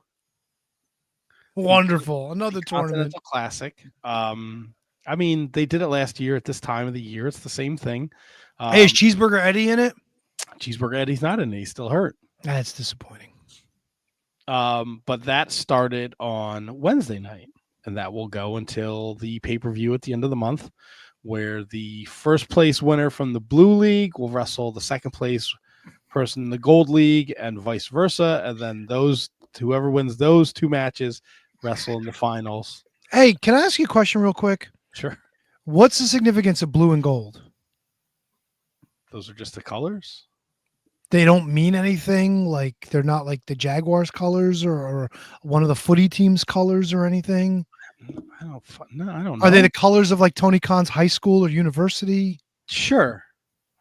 No, I'm just curious because sometimes I don't know. What kind of fan are you, bro? All right, you don't ask me like why is it Block A and Block B in the G1? Because I don't give a fuck about the G1. I'm an AEW fan. You're not a fucking AEW. Live to hate on AEW. No, not at all. I love AEW. No, you didn't even watch Dynamite on Wednesday. Yeah, it doesn't mean I don't love AEW. Sure, it does. I love my wife. I don't talk to her 24 hours a day, do I? Huh. No one's asking you to watch. What? No one's asking you to talk or watch AEW for 24 hours. It's 2 hours on Wednesday, 1 hour on Friday, 2 hours on Saturday. Yeah, and sometimes I don't even have those 2 hours. You watch it on demand. It's like an hour and 40 minutes. They cut out. I've done that before. Xfinity's got them on demand. All right. Well, it's the first. So we're fresh out of Full Gear. The last we saw, Darby Allin, bloody mess, crashing cars. He's gonna kill John Moxley. He's gonna kill himself if he climbs fucking Mount Kilimanjaro or the fuck he wants to climb. Well, you can't kill something that's already dead. Is he already dead? I thought half of him was dead. I don't fucking know. I thought he was like one of those new transgender people. He's like half dead, half man. Oh, that's a cyborg. Never mind. Right? Like RoboCop. Like he's half dead, half man. Is that a thing? Like people think they're cyborgs now? I don't know. It's 2024, bro. People think about everything. I mean, RoboCop was pretty badass, especially when he saved Sting. Was RoboCop the first transgender person? Or was that Steve Austin, the $6 million man? Transgender? Well, he was like not completely man. He was like part robot. Yeah, but he was a man and then he got killed and turned Maybe into Darth Vader was the first transgender person. Was Steve Austin before Darth Vader or was $1 million man, Steve Austin? No, the $6 million man. That's Ted DiBiase. That's before Star Wars. Yeah, it's before Star Wars. Was there anybody before Steve Austin then? I don't understand. Are you saying robot is a gender? Maybe. I don't know. I'm new to this stuff. I'm an old man. This is done. This isn't even relative to the conversation we're gonna have. Hey, is Kota Ibushi in one of these blocks? Kota Ibushi is not doing well, apparently. Yeah, I saw he got herpes on his tits or something like He's that. got like a bad staph infection in his back, and he just keeps fucking wrestling. It's not good. No, it's fine. That's what Kota Ibushi does. He's he's an idiot. It's not, and he's not wrestling like anywhere like. Tell me he's wrestling like DDT or something. He is. It's not the big three in Japan. He's not in Noah. He's not in All Japan. He's not in New Japan. He must have caught something from one of them blow-up dolls that he wrestles. Let's see. Kota Ibushi cage match. Wait, is he wrestling with broken ankles? I don't know. Does he have a broken? No, that's Bronson Reed broke his ankles. No, I thought Kota broke both of his ankles. That's why they shit canned him from AEW. I don't. December 1st, he wrestled in an event called Marvelous. Fuck yeah, of course it did. And then and that's his first appearance since October, where he wrestled a GLEAT. He wrestled GLEAT? He wrestled GLEAT Ver Mega. Is that a person or is that a promotion? GLEAT is a promotion. GLEAT. GLEAT. And who did he wrestle? Him, Kikutaro, Ryu Ayataki, and Yutsumichu Takahashi defeated Minoru Tanaka, Shichi Ikimoto, Tanaka Ito, and some other guy. The only one I recognized was Kikutaro. That was the only person I recognized. September and August, he wrestled in DDT. July, he was in GLEAT, and then he had not wrestled again before that. January, when he wrestled in Pro Wrestling Noah against Marufuji. Is he chiseled Kota or is he like doughy Kota? The only picture I saw was of his back with the Sorry, Lola. We got to look up Kota. The staph infection. Her name was Lola. All right, so while you look up Kota Ibushi. Oh God, this picture here. Oof. Yeah, AEW coming out of full gear. We got the Continental Classic Wednesday night opening match. Shelton Benjamin, beats Mark Briscoe. Shelton Benjamin, amazing. His run in AEW has been fantastic. Wait, who's this? Shelton Benjamin. Yeah, he lost his first fucking match to what's his nuts? Yeah. Beat fucking Mark Briscoe. No, I'm talking about his first. You said his first match. In the Continental Classic. Oh, fuck that tournament. He lost to Swerve in his first match. It wasn't his first. Didn't he wrestled like 2 matches before he wrestled Swerve? Who did he wrestle before he wrestled Swerve? Sammy Guevara and Leo Rush. Oh, all right. So he was. You asked, dickhead, and you were wrong again. You've been wrong all fucking night. Nah, I'm right, dude. You just don't want to No, admit 7 o'clock. Your mic's on. Now you're wrong about this. My mic's always on, bro. Turn my mic on. Yeah, what the fuck? Didn't care for Jericho Big Tom. Although the Judas, what's it called? Judas Rising. I become it. It's you. You're fucking ice cream. The Judas effect, right? What's it called? That's what's called. Yes. Elbow. He fucking mushed fucking Big Tom with the elbow. Mush. Big Tom's already fucking mush. What are you talking about? He mushed the shit out of him. Big old mush. Jamie Hayter, Queen Aminata was fun, hard hitting. I enjoyed Brody King, Darby Allin. But here comes my problem. Oh boy. And I don't think it necessarily. I'm just gonna present this to you guys, and you tell me where you think the problem is, because I don't know who's to blame for this. I thought Mina Shirakawa was the problem. Mina Shirakawa, she got hit in the head with a bottle because she wanted the real Mariah May. Now her and Mariah May are going to wrestle at Winter is Coming in 2 weeks. I don't know why they're not going to make it a pay-per-view match, but whatever. Claudio Castagnoli, he's going to wrestle Ricochet.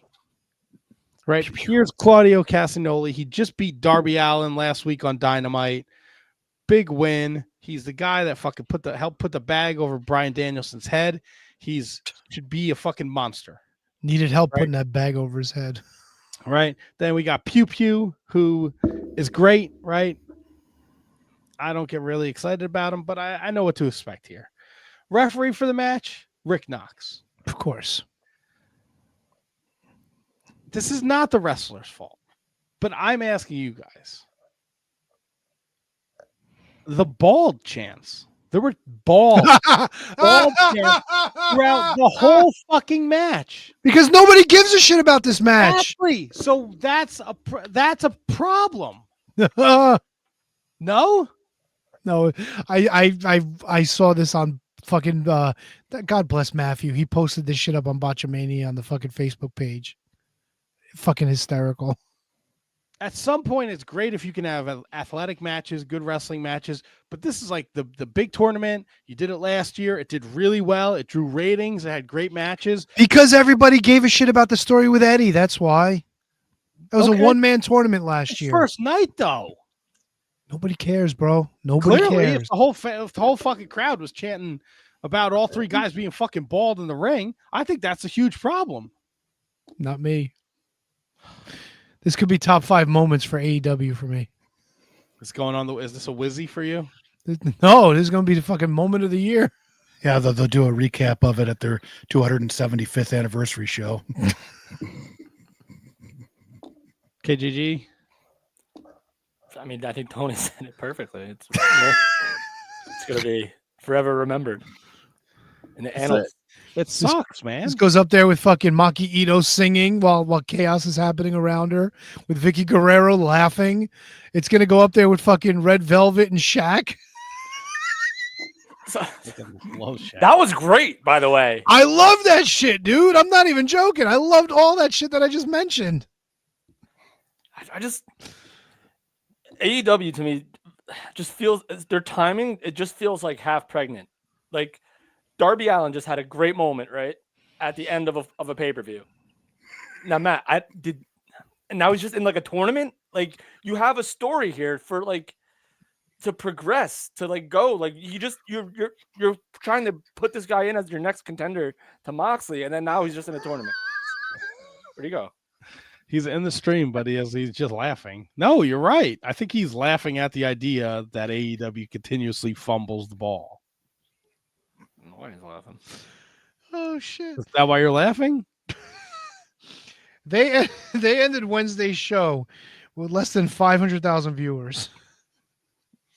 They did not. It's bad, and the demo numbers are fucking abysmal.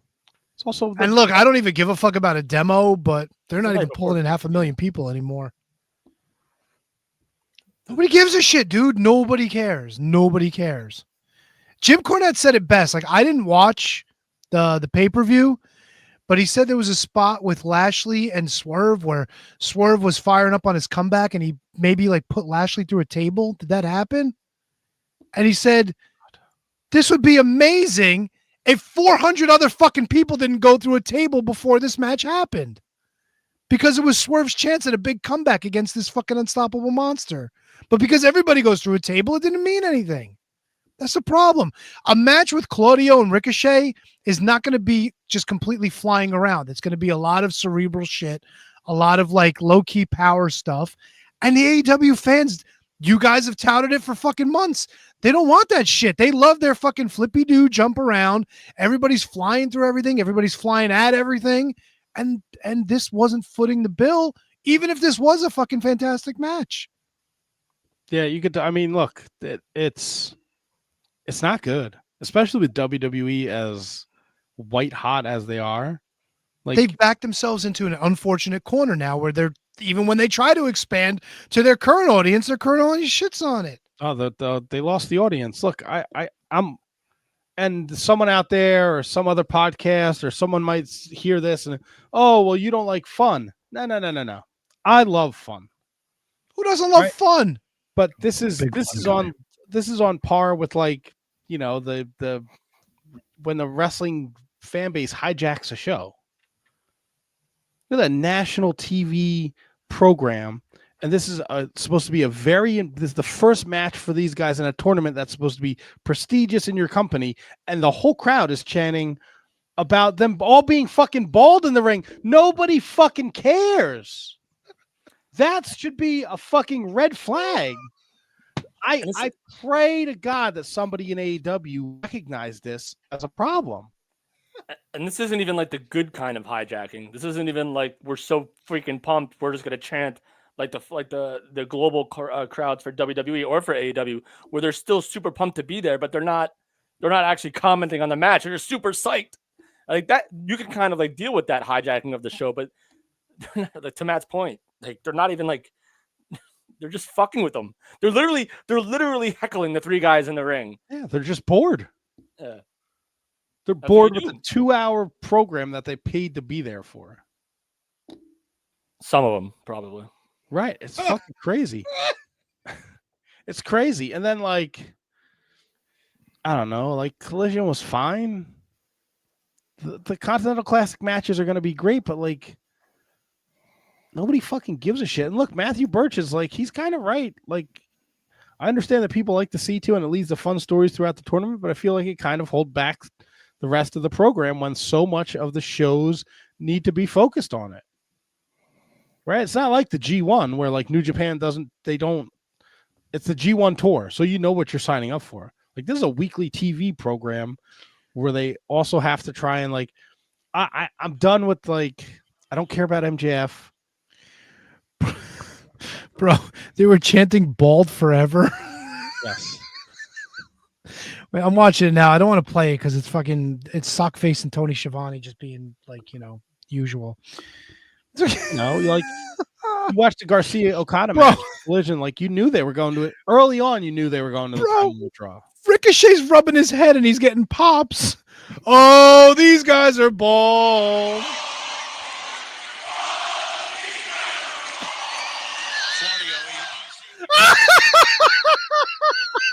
That's pretty funny. Full gear on Saturday. Baldy shit.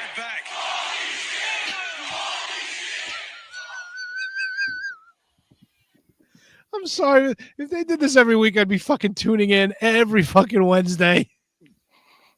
Baldy shit. You know, the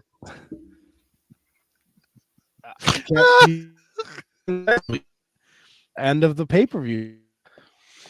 Bro, let's go. Like, Baldy sucks. It's traditionally, listen, Wintrust Arena has been a great arena for us. It really has. Look at the fans everywhere here. I love when they acknowledge the fans being involved, but they won't say what the fans are saying. Were they doing dual chants of Baldy sucks? They're all bald. No, let's go Baldy and Baldy sucks. And now it's Bald is awesome with 5 claps. I'm sorry, this just fucking got me so good. you were quick to find it too. But like KJG asked, like, at the end of Full Gear, like what's going on with Christian and Adam Page and Jay White, and kind of continued it Wednesday night, and they're still like nobody continued it Wednesday night. They continued it on Collision. No, Moxley isn't changing anything. He's not doing anything. He's wearing a white t-shirt and jeans. Who cares? Sandman did that for fucking 10 years.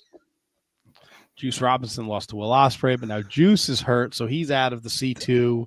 So Commander is now in the C2. Oh, great. Bring in the military. We're losing them. Holy shit. We're losing them, people. Holy shit. I heard Ricky Starks is home doing nothing. Yeah. That's not good. You make me laugh. You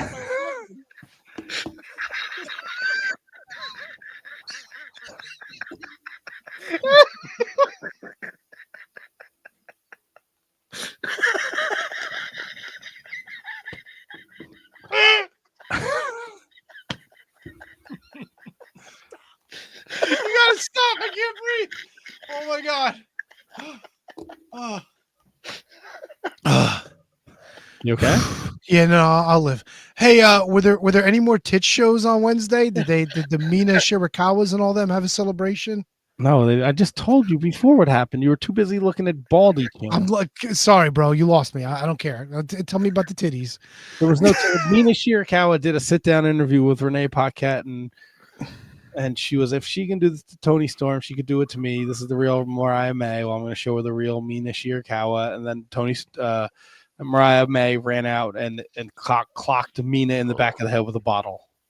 Wait, but Mina's not the one that's with Moxley, right? No, that's Marina Shafir. Oh, okay. Never mind. All right. I'm getting them all mixed up. You want to talk about Ricky Starks? Because this was a hot topic on Wednesday, too. Yeah, let's talk about Ricky Starks. So Ricky Starks showed up at GCW American Dream, got in the ring, cut a promo. They announced a couple matches for him. And then Effie, I guess, went on his podcast and said a couple things about Tony Khan and AEW. And then Ricky Starks was pulled from all the GCW events. And he's still not being used by AEW. Well, that's that in and of itself is a tragedy. I don't know if Tony Khan's got his fucking feathers all ruffled because, Ricky Starks hasn't said great things about AEW. Like, I know, like he said shit. What people backstage have told him, just be happy with what you have. And he's like, no, fuck that. He's like, I want more. Anybody should want more than what they have. He's like, what? You're just supposed to sit here and not try to better yourself. So, and then on top of that, like they all go back to like showing up at the, at WrestleMania with Cody. So who knows if somebody like put the screws to him with that stuff, but fucking either use the guy or, fucking fish or cut bait. If you're not going to use the guy, what are you going to do? Every fucking time like a Miro comes along or an Andrade, you're just going to send him home and fucking make him sit out. I mean, it's his prerogative. If he's got a contract and that's what he wants to do, fine. But Tony Khan's not known for having these guys on low end deals either. Like he just pours the money out when it comes to signing these guys. So if it fucking sticks in his craw that much and he wants to just pay him to sit home, that's his prerogative, and it's unfortunate, but he should fucking really start rethinking that, considering the state of how things are going with his business anyway. But that's my little this and that about Ricky Starks, just outside that bubble. So I understand, and I know everybody's made the argument that, these guys are independent contractors anyway, even though, somebody like Ricky Starks is signed to a contract. That's a very fucking fuzzy legal area, which I couldn't even begin to explain, and nobody's really had a good explanation for the independent contractor situation in wrestling, and it does need an overhaul. However, Effie is touted as a GCW guy. I don't know if he has any ownership interest in GCW, if he's just one of Brett Lauderdale's boys, but he's synonymous. When people mention GCW, there's very few people that like come to mind. I mean, there was, Pizza Cutter. I forget his name. Nick Gage. Now there's Matt Cardona. Right. And everybody knows that Effie and Allie Katch are, mainstays of GCW. They've been there what seems like forever. Yeah. So. Or Bussy, whatever. It's Bussy. I don't know why I know that, but I do. And look, everybody says freedom of speech. Fine. It's Effie's podcast. He can say what he wants. It's fine.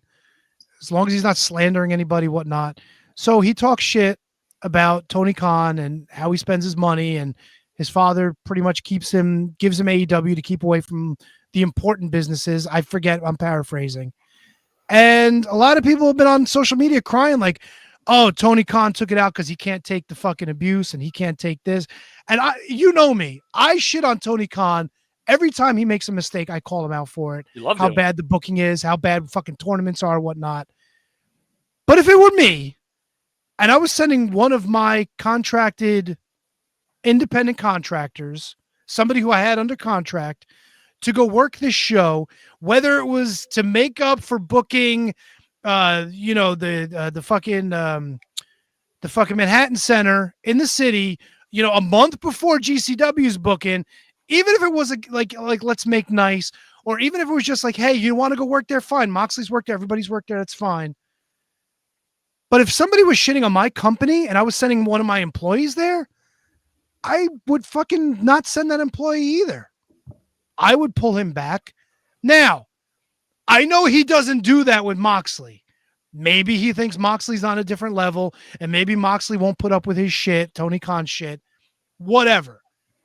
But bottom line, at its root, at its core, you're sending one of your employees, quote unquote, there And this guy who's a representative of GCW, whether he's an employee or whether he's like an owner or whatever, and he's talking shit about my company, and I'm going to send one of my employees there, you can go fuck all the way off. And if you're going to blame anybody for the situation, I don't blame Tony Khan. If I was Ricky Starks and somebody took a payday away from me, that guy's effie. And not for anything, dude, but you're effie, but you ain't fucking Ricky Starks. And you took a paycheck away from the guy. So you should be the one taking the heat, not Tony Khan. I think all the heat that Tony Khan's been getting is woefully misplaced. And I'm the first one to shit on Tony Khan for everything, but I don't think he made a bad decision here. Couple of things here, Tony. First one, you're saying that Tony Khan is sending Starks to GCW, and as far as I understand it, if you're contracted through AEW, you can take indie bookings, just like any of the guys in AEW that's come to Minnesota and worked in indie and any of those situations. So it's not Tony Khan saying, here, Ricky, you go to GCW. It's Ricky getting his booking for GCW, and that's being taken away from him. Now, I think you're right. I think there's something going on there. I don't know if Starks came out and said, hey, fuck bumpers, I hate them, and then they're just burying him. Now, I have no idea. But I don't, from that standpoint, it is not Effie that is taking that booking away. That's a booking that Starks obtained on his own, not one that Tony Khan sent him to. If it wasn't one that Tony Khan said, here, GCW, I'm sending you Starks, then there's a different argument there. But if this is a booking that he worked for and he obtained on his own, for Tony Khan to take that away from him because he's got an issue with one of the wrestlers for GCW, it's wrong. It's just wrong. There's no way that I can imagine that being right. You're taking a payday away from him.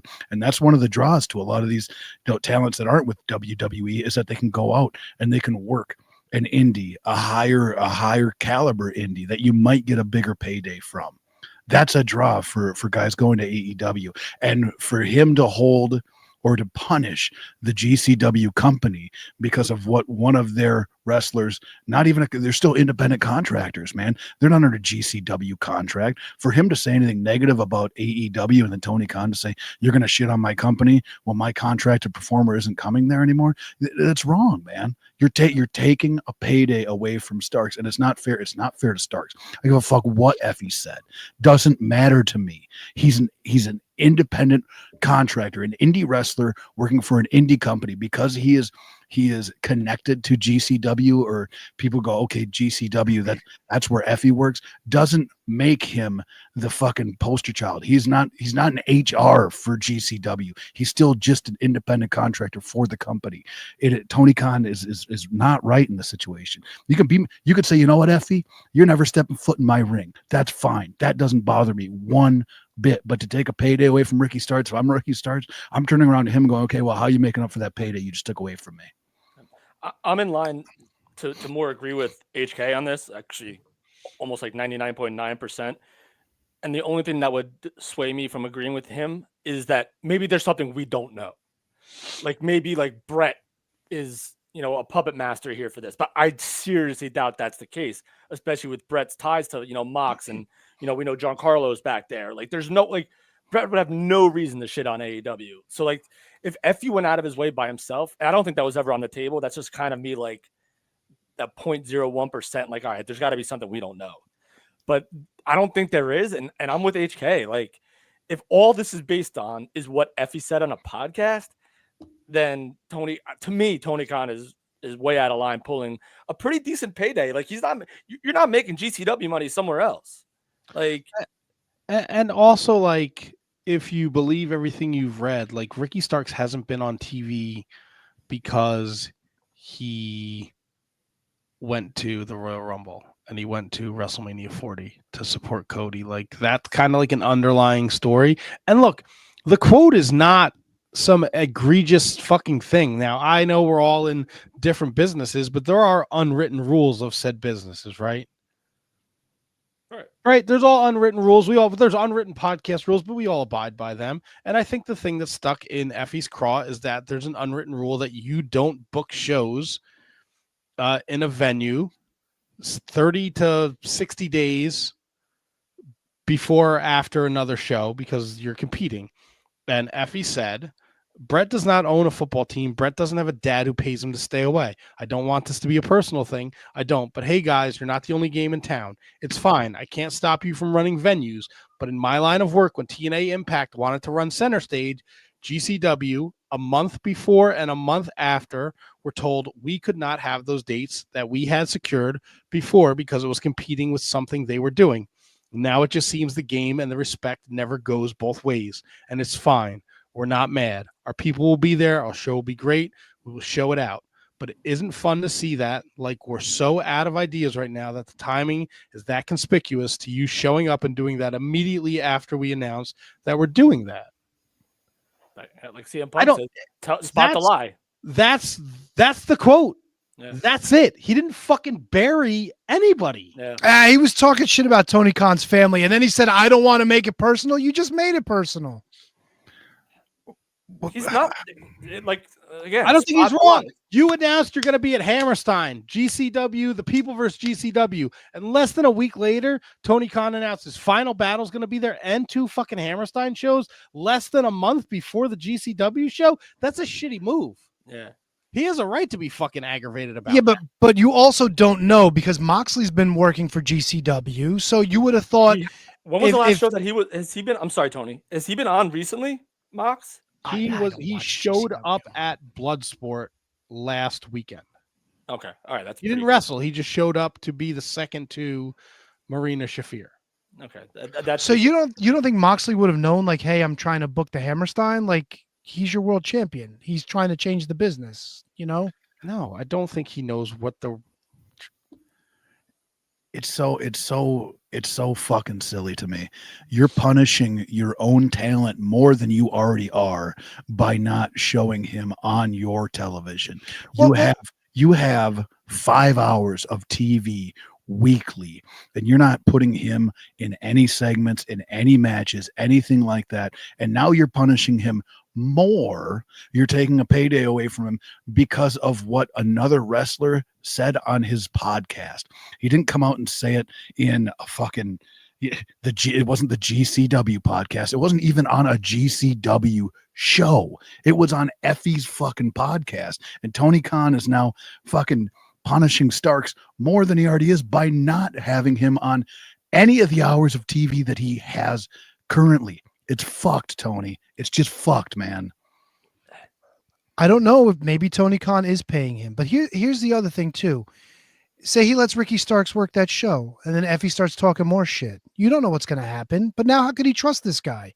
This guy's willing to go on a podcast and talk shit about him. And then on top of that too, Effie's also the guy that was fucking putting dildos in fucking Dwarf Dongsucker's mouth on a fucking GCW show while he was under contract. And I'm curious to know, are these guys allowed to take bookings all willy-nilly? Who's Dwarf Dongsucker? Your boy, the fucking guy, Marco Stunt. Are these guys allowed to take any booking they want, or do these have to be vetted through Tony Khan to begin with? That's clearly another. They have to be vetted, obviously. So then maybe he revoked his vetting. Look, okay, maybe I'm it's not like saying maybe it's like a post vetting, like maybe like you know what I mean? Because obviously he had the booking, and I'm not saying that these guys shouldn't be allowed to work because Tony Khan lets them work. But if he's letting them just go wherever they want to go all willy-nilly and not clearing it with the office to begin with, then that's a problem. I think and if they are cleared with the office and the office changes their mind, well, then the office changes their mind. Well, I think the bigger issue is kind of what Matt was saying. It's not so much about did Ricky Starks get fucked or not. It's whether or not GCW got fucked or not. And going back to these unwritten rules, like technically no one did anything wrong, right? Like there's nothing wrong, like by the letter of the quote unquote law. But to Matt's point, listen, GCW is still going to sell out. GCW is still going to fucking put up bangers. And imagine the buzz they're going to get imagine you have the entire crowd chanting like fuck AEW or like all that shit. Like they're going to be fine, I think. But I think to Matt's point about the unwritten rule, it's just kind of like a sneaky, sleazy kind of thing to do. Effie also should not be shitting where he eats. He doesn't eat. If I was in look, if it was me with Tony Khan, I would fucking pull Ricky Starks. If I was Brett Lauderdale, I would have a fucking conversation with Effie. Like, what are you trying to do? Right or wrong, whether you believe it or not, why would you potentially fuck my business? You think by that was his saying shit like intention? that? You think that do you think Effie went into that thinking? No, but like that's the thing. Like, this is shit that happens when you think, oh, freedom of speech, I could say what I want, and you don't think about the consequences of what you say.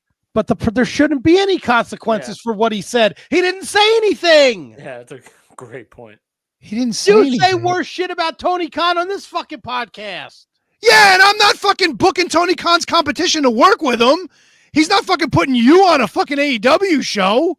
No, but what if we can't get AEW talent on our podcast because of the shit you say about Tony Oh, Khan? yeah, that's why. I'm not saying that's why. I'm saying what if?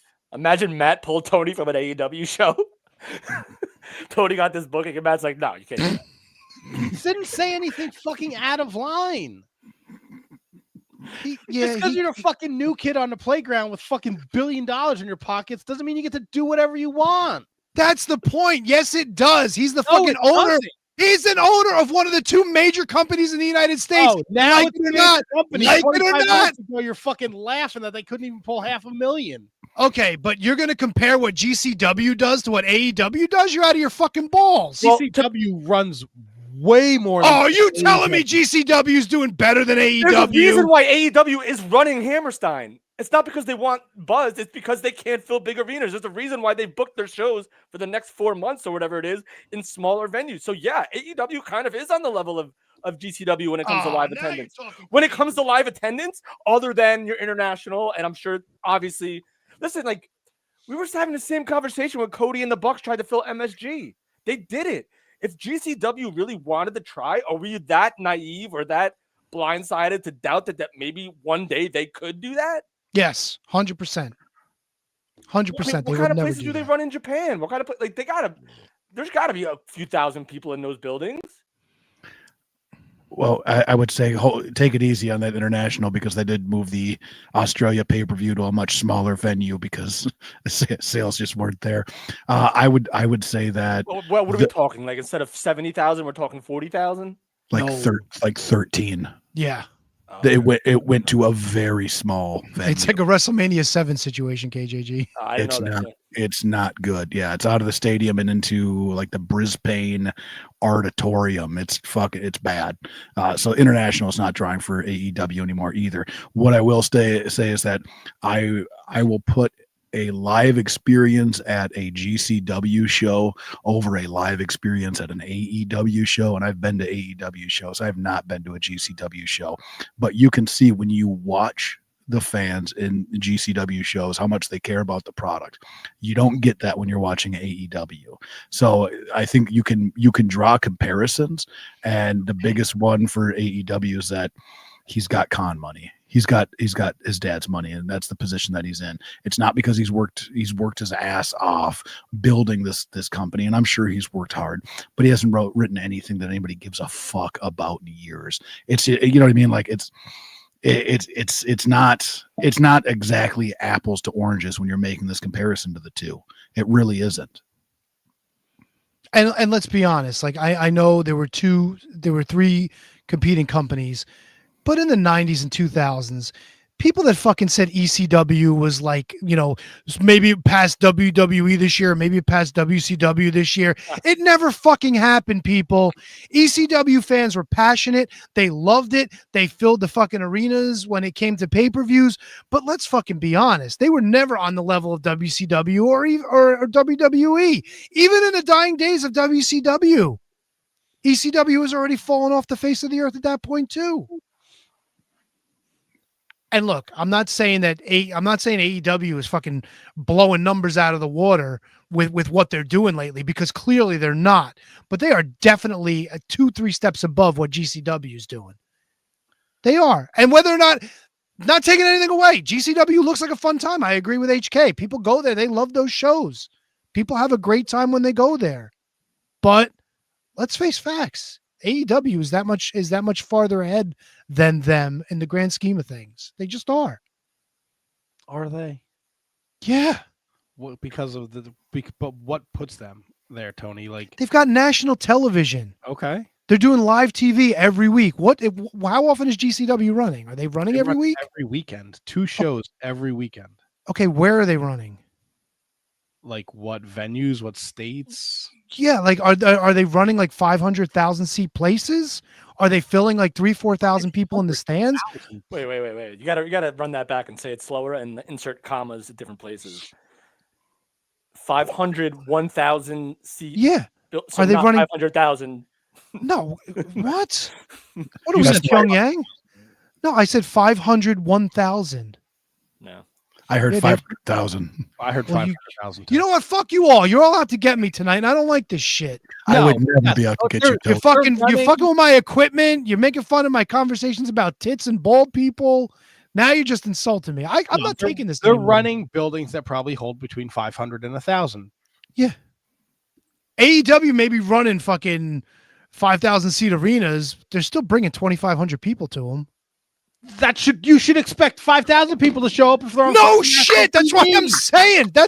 But I'm saying, even though they're not doing that, they're still doing better than GCW, dude. Are they? It's just because of the TV deal. That's it. And the money and the budget that Tony Khan has as opposed to Brett. I'm not saying they're great numbers, but they are numbers. All right, Matthew Birch. GCW fans are going to chant throughout an entire match about how the competitors in the match are bald. Oh, they might. They might. If a fucking match is stinking up the joint, even in GCW, the fans are going to fucking let them know it. Come on, John dude. C. said, it's Saturday night. Are you watching GCW or AEW? Neither. How you like them apples, John? I'll tell you, I watched GCW Sunday night. I'll tell you a match that stunk for me, that I fucking hated. Gringo Loco, Microman. Oh, well. But the fucking the venue was going nuts for Microman. Because you're just a fucking hater, dude. That's why. Dude, he can barely move. You can barely move. We like you. Oh, I could hit a Hurricane Rana on Gringo Loco. Yeah, I'm sure you can. No way you're hitting a Hurricane Rana. Sure, I can. You couldn't even fucking hit a Hurricane Rana on one of your cats, let alone get up for Gringo Loco. Hernia and Rana. I don't think you are aware of the popularity of GCW. I'm well aware of the popularity of GCW. I think I'm also aware of all the fucking homers that are fucking popular for AEW. I think it's not that big of a difference. If TV is the only thing that makes it, check mark for AEW, then I will concede that. But yeah, it's not far off, dude. They bring in some fucking great talent. And they have some fucking great matches. And their so does AEW. You might make the case that they bring in great talent. They have great matches. You got the two guys above me have both said AEW has great matches. They do. Yeah. So, both can be true. We're not shitting on one to build up another. We're just making a simple comparison where AEW's live attendance and ratings are showing dips. GCW, I guarantee if you put GCW in the same building that you put an AEW smaller venue show, listen, GCW's already sold out Hammerstein. It's happened. That's facts. I'm not there's no propaganda here. It happened. So to me, other than Matt said, other than the TV deal and the unlimited funds that AEW has, comping them is not that insane. And this is coming from a guy who happens to like AEW. A little overrated, Tommy T Dog. I think that's a bit of an understatement, but I'll allow it. Right, and you have Ricky Starks on your roster who you haven't fucking used since March. Listen, I'm not saying Tony Khan's a saint. I fucking hate practically everything that he does. He got the fucking promo, and people are excited about it. And then people go on the fucking internet and get all fired up about it. And this fucking jerk off in his fucking ivory fucking tower. Oh, people were talking about Ricky Starks and GC. You know what solves this? You know what solves this? Hey, this is Effie. I think it's wonderful that Tony Khan has Ricky Starks coming in. It's going to be a blast. Make sure you join us at Hammerstein for the debut of Ricky Starks in GCW. That's how you at Hammerstein. Who gives a shit? However he's going to fucking say it. You know the point I'm getting at. But he should have built someone up instead of tearing someone else down. But it wouldn't have been hard to do. About Ricky Starks. It wasn't about Ricky Starks. Exactly, KJG. Give a shit. Don't shit where you eat, people. It's good advice in life. Effie doesn't eat in AEW, and I wish he would have come out and said, "Boy, I hope everybody looks forward to seeing Ricky Starks this Wednesday night." That would have been the ticket. I think it's nonsense, and I think. Do we know? Has there been any insider reporting saying that AEW does have a plan going forward for Ricky Starks? No, they have no fucking plan. They have no plan. Are you Sat crazy? Chris Van Vliet. Oh, And that's he right. said- Yeah. He said, "I've been home. I've been healthy. Never was injured. I did have a stinger. I got a stinger in a match against Top Flight in March. I got immediately checked out, and everything was fine. But I was just concerned at the time. So that happened, and then I was just home. That's kind of where it's been. I've just been home. It's a mind fuck because I'm in my prime, and it sucks when you're on such a momentum, riding the wave and doing work and doing stuff, and then to just be at home for so long, you're kind of like, whoa, it throws it off, you know?" All right, let me ask you a question, though. Let me cut you off. Do you think Tony Khan, and I could see him doing this, that's why I'm asking, do you think he pulled Ricky Starks just based on what Ricky Starks said and this has nothing to do with what Effie said? It's very possible. It just happened to be, coincidence that the two things happen near the same time? Because if that's the case, then that's 100% fuck Tony Khan. And I could see him doing that based on, what he needs to do? This is what fucking Ricky Starks needs to do. He needs to show up at the next Dynamite and smack the fuck out of somebody, and then Tony Khan will just send him home and fucking maybe release him from his contract and be done with it. Or you know what? Threaten Tony Khan. He loves that. Make him fear for his life. He'll be happy to fucking let you go. I think Ricky Starks it's no secret that he's friends with Cody Rhodes. I think he's just waiting it out. Yeah, I think the opportunity came up for him to go to GCW. And look, Brett's not stupid. Like, they had agreed to something. He was booked for 6 shows, including the Hammerstein show. He was going to debut not this weekend, next weekend in Phoenix against Cardona. That's a huge fucking match. Do you think Ricky Starks has the balls to just fucking show up and do it anyway? If he does, this whole thing doesn't work. That's what I'm starting to wonder too. You're like, okay, you know what? This maybe has some meat on the bone yet. Maybe because it's got everybody talking, picking sides, thinking about shit. Maybe he does show up. Maybe it is all a fucking work. Because like I said earlier, it doesn't make sense really that fucking the plumber and all these other guys can work GCW, but not Ricky Starks. I mean, the plumber's the only guy that works AEW. GCW, you know what I meant. GCW. They're practically the same, so I'm getting them confused, right? Yeah, damn right. I am curious to see what kind of numbers GCW does for their iPay-per-views. Well, look, here's the thing, right? That Triller is the thing. Oh, okay, yeah, the streaming thing, TV, yeah. whatever. It's $8 a month, and you get it all. Maybe I don't want it all. Maybe I only want to pay $4.50 and get 20% of it. Yeah, but I signed up for it for the American Dream show, and I've watched 3 shows in a week. I got your creds for Triller, don't I? I think I do. I might have to spend some GCW time this weekend. Dude, it's great. They got 2 shows again this weekend, Tony. The main event Sunday night, Mance Warner, Kylie Ray. I just hate when the men fight the women, dude. I really do. Fan either. Not a big fan. I'm a bag fan, not a big fan. Love bags. It was great. Fucking bags rule. Fun bags. Fucking yam bags for me. Yam Bag Jones. I know that's true. Holy shit. What do they got this weekend? They got Friday night at 8:00 in Tampa at the Egypt Shrine Center. It's that's right by Hogan's Hangout. Mance against Fuego del Sol. Oh boy, Fuego. Joey Janela against Zachary Wentz. Rich Swann against Jack Cartwheel. Sidney Akeem, who is Reginald, who's fucking unbelievable. Yeah, athlete. Against man like Darice Hogan. Man like Darice. John Wayne Murdoch against Lindsay Snow, I guess. Really? I don't know. It just says versus Snow, so I don't know. Informer, I'm going to wrestle John Wayne Murdoch. And Violence is Forever against Matt Cardona and Broski Jimmy. What the fuck is a broski Jimmy, Kevin? Jimmy Lloyd. He's a broski. Dare now. you? He's a broski now? Yeah, he's a piece of shit. It's great. Well, that's one match I'm interested in. It's great. Comes out in all like replica Zack Ryder gear. Yeah, he's got the one leg, the weird like. Oh, leg, what a half leg. fucking douche nozzle. That's the point, Tony. I don't know what's worse, the one-legged tights with the one-armed shoulder thing to match, or the ones that fucking Pretty Wonderful wear in fucking WWE. What? Them fucking tops that go like up here and their sleeves. You just named the Paul Orndorff, Paul Roma tag team from the. I know. Early.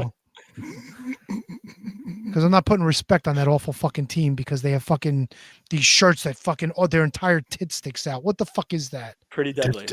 Come on, you know you want to watch No, fucking I don't. Joey Janela, Jimmy Wang Yang when GCW's in Atlanta. No, I've seen it. I've seen Tombstone Jesus and Joey Janela. That's enough for me. That's all I needed. That's because it's Tombstone Jesus. Tombstone Jesus fucking rules, dude. No, he doesn't. Fucking What about Tony- Matthew Justice versus Dr. Redacted? I thought GCW was getting away from the hardcore stuff, though. They have the fucking ultra violent championship. It's gonna be a 6-way dance at the pay-per-view. Oh, jeez. Oh, jeez. When's XPW coming back? I want real hardcore wrestling. Turd. Let's see. Has Rob Black put anything on his Twitter machine lately? No, he's still trying to fucking get his hamburger joint back up again. No, he does the Rob Black show. That's all he does. Well, I want to see the fucking. I want the hamburger joint to come back. I want to take a trip to Rochester. Was it hamburger? I thought it was just like cold cuts. No, I thought it was a burger place. No, Rob Definitely Black represents- Burgers. Dude, Rob Black looks awful. Yeah, of course Burger- he does. Burgers and lube. Dude, you can't. I can't. We can't do this. What? He's promoting his show. I'm not even gonna say it. Yeah, don't even do it. I'm not. 'cause No. Now you piqued my interest. What do you want? What are you reading? Can I'm you with send you. me a link? If this is so bad that Matt's not doing it, that Matt's pretty good. Judging Yeah, hold things. on. Let me Send pull me, up. send me, send me a link. I want to I'm gonna throw it in the group text message. just throw it in the chat, bro. We're here. You could have copy pasted to the private chat. It's on a different computer. I'm not opening. Oh, fancy man. 2 computers going over here. That's why I'm the fucking man. I'll send Yeah. it to the group, and then you can all look at it, and you can see why I didn't even bring it up. And what is this again? This is Rob Black stuff? This is Rob Black. Black stuff. You're fucking worst. This is the picture he used to promote Do I the even wanna Rob see Black this? show. And this is for his podcast. This is on Twitter on the XPW wrestling account. Oh, why didn't you just fucking tell me that? I would have went on Twitter. Oh, well, I just sent it to you, so. No.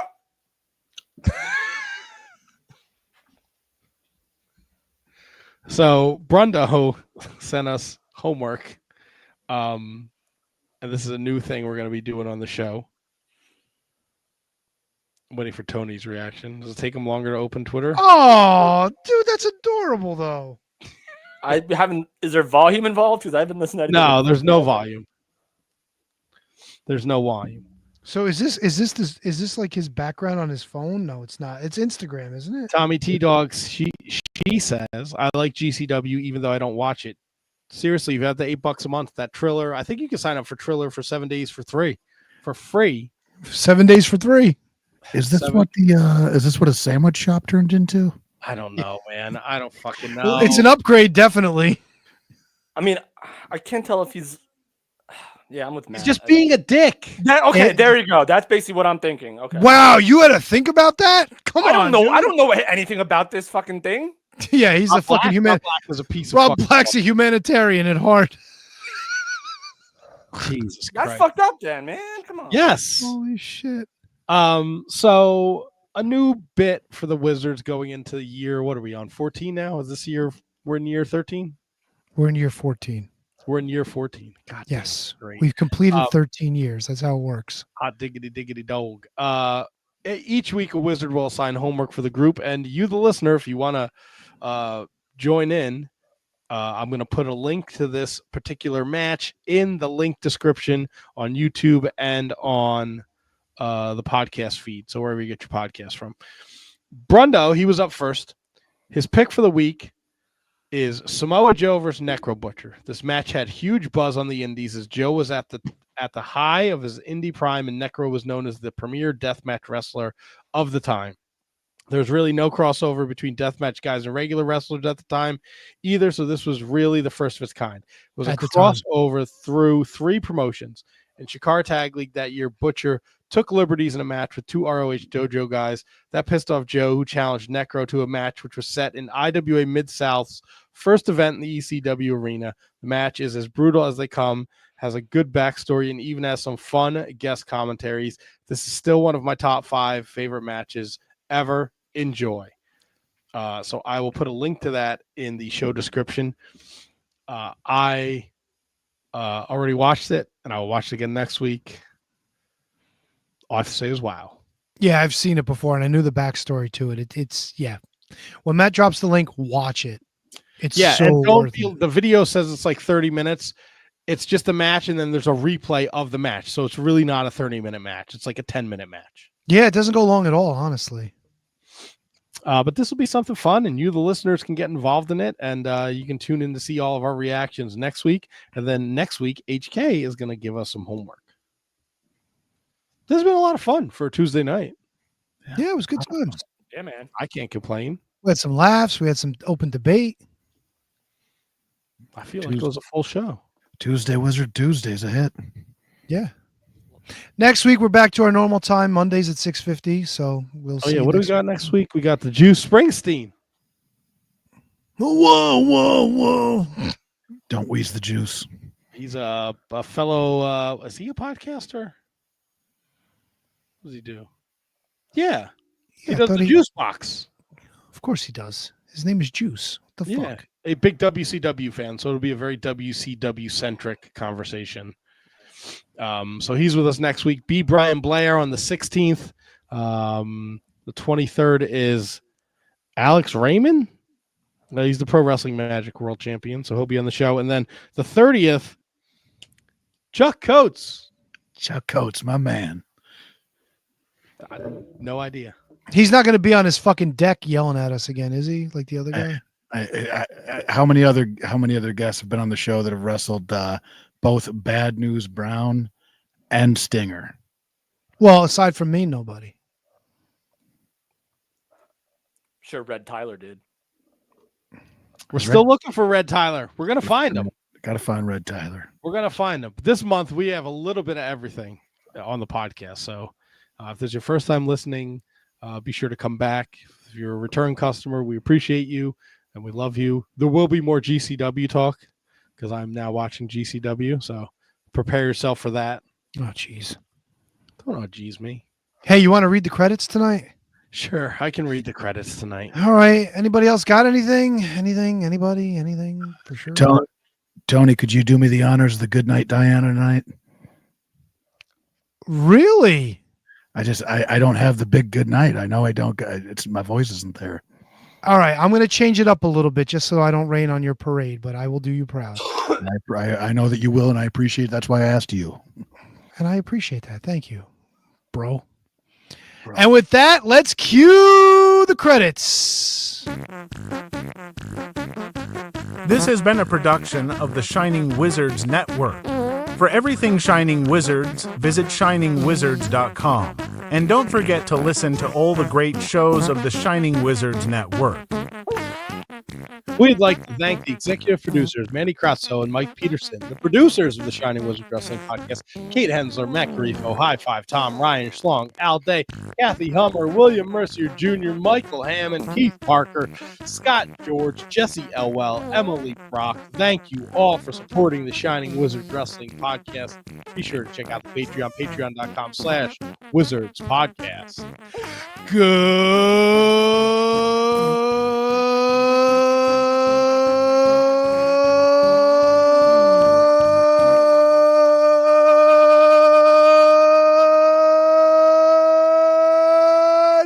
Mommy.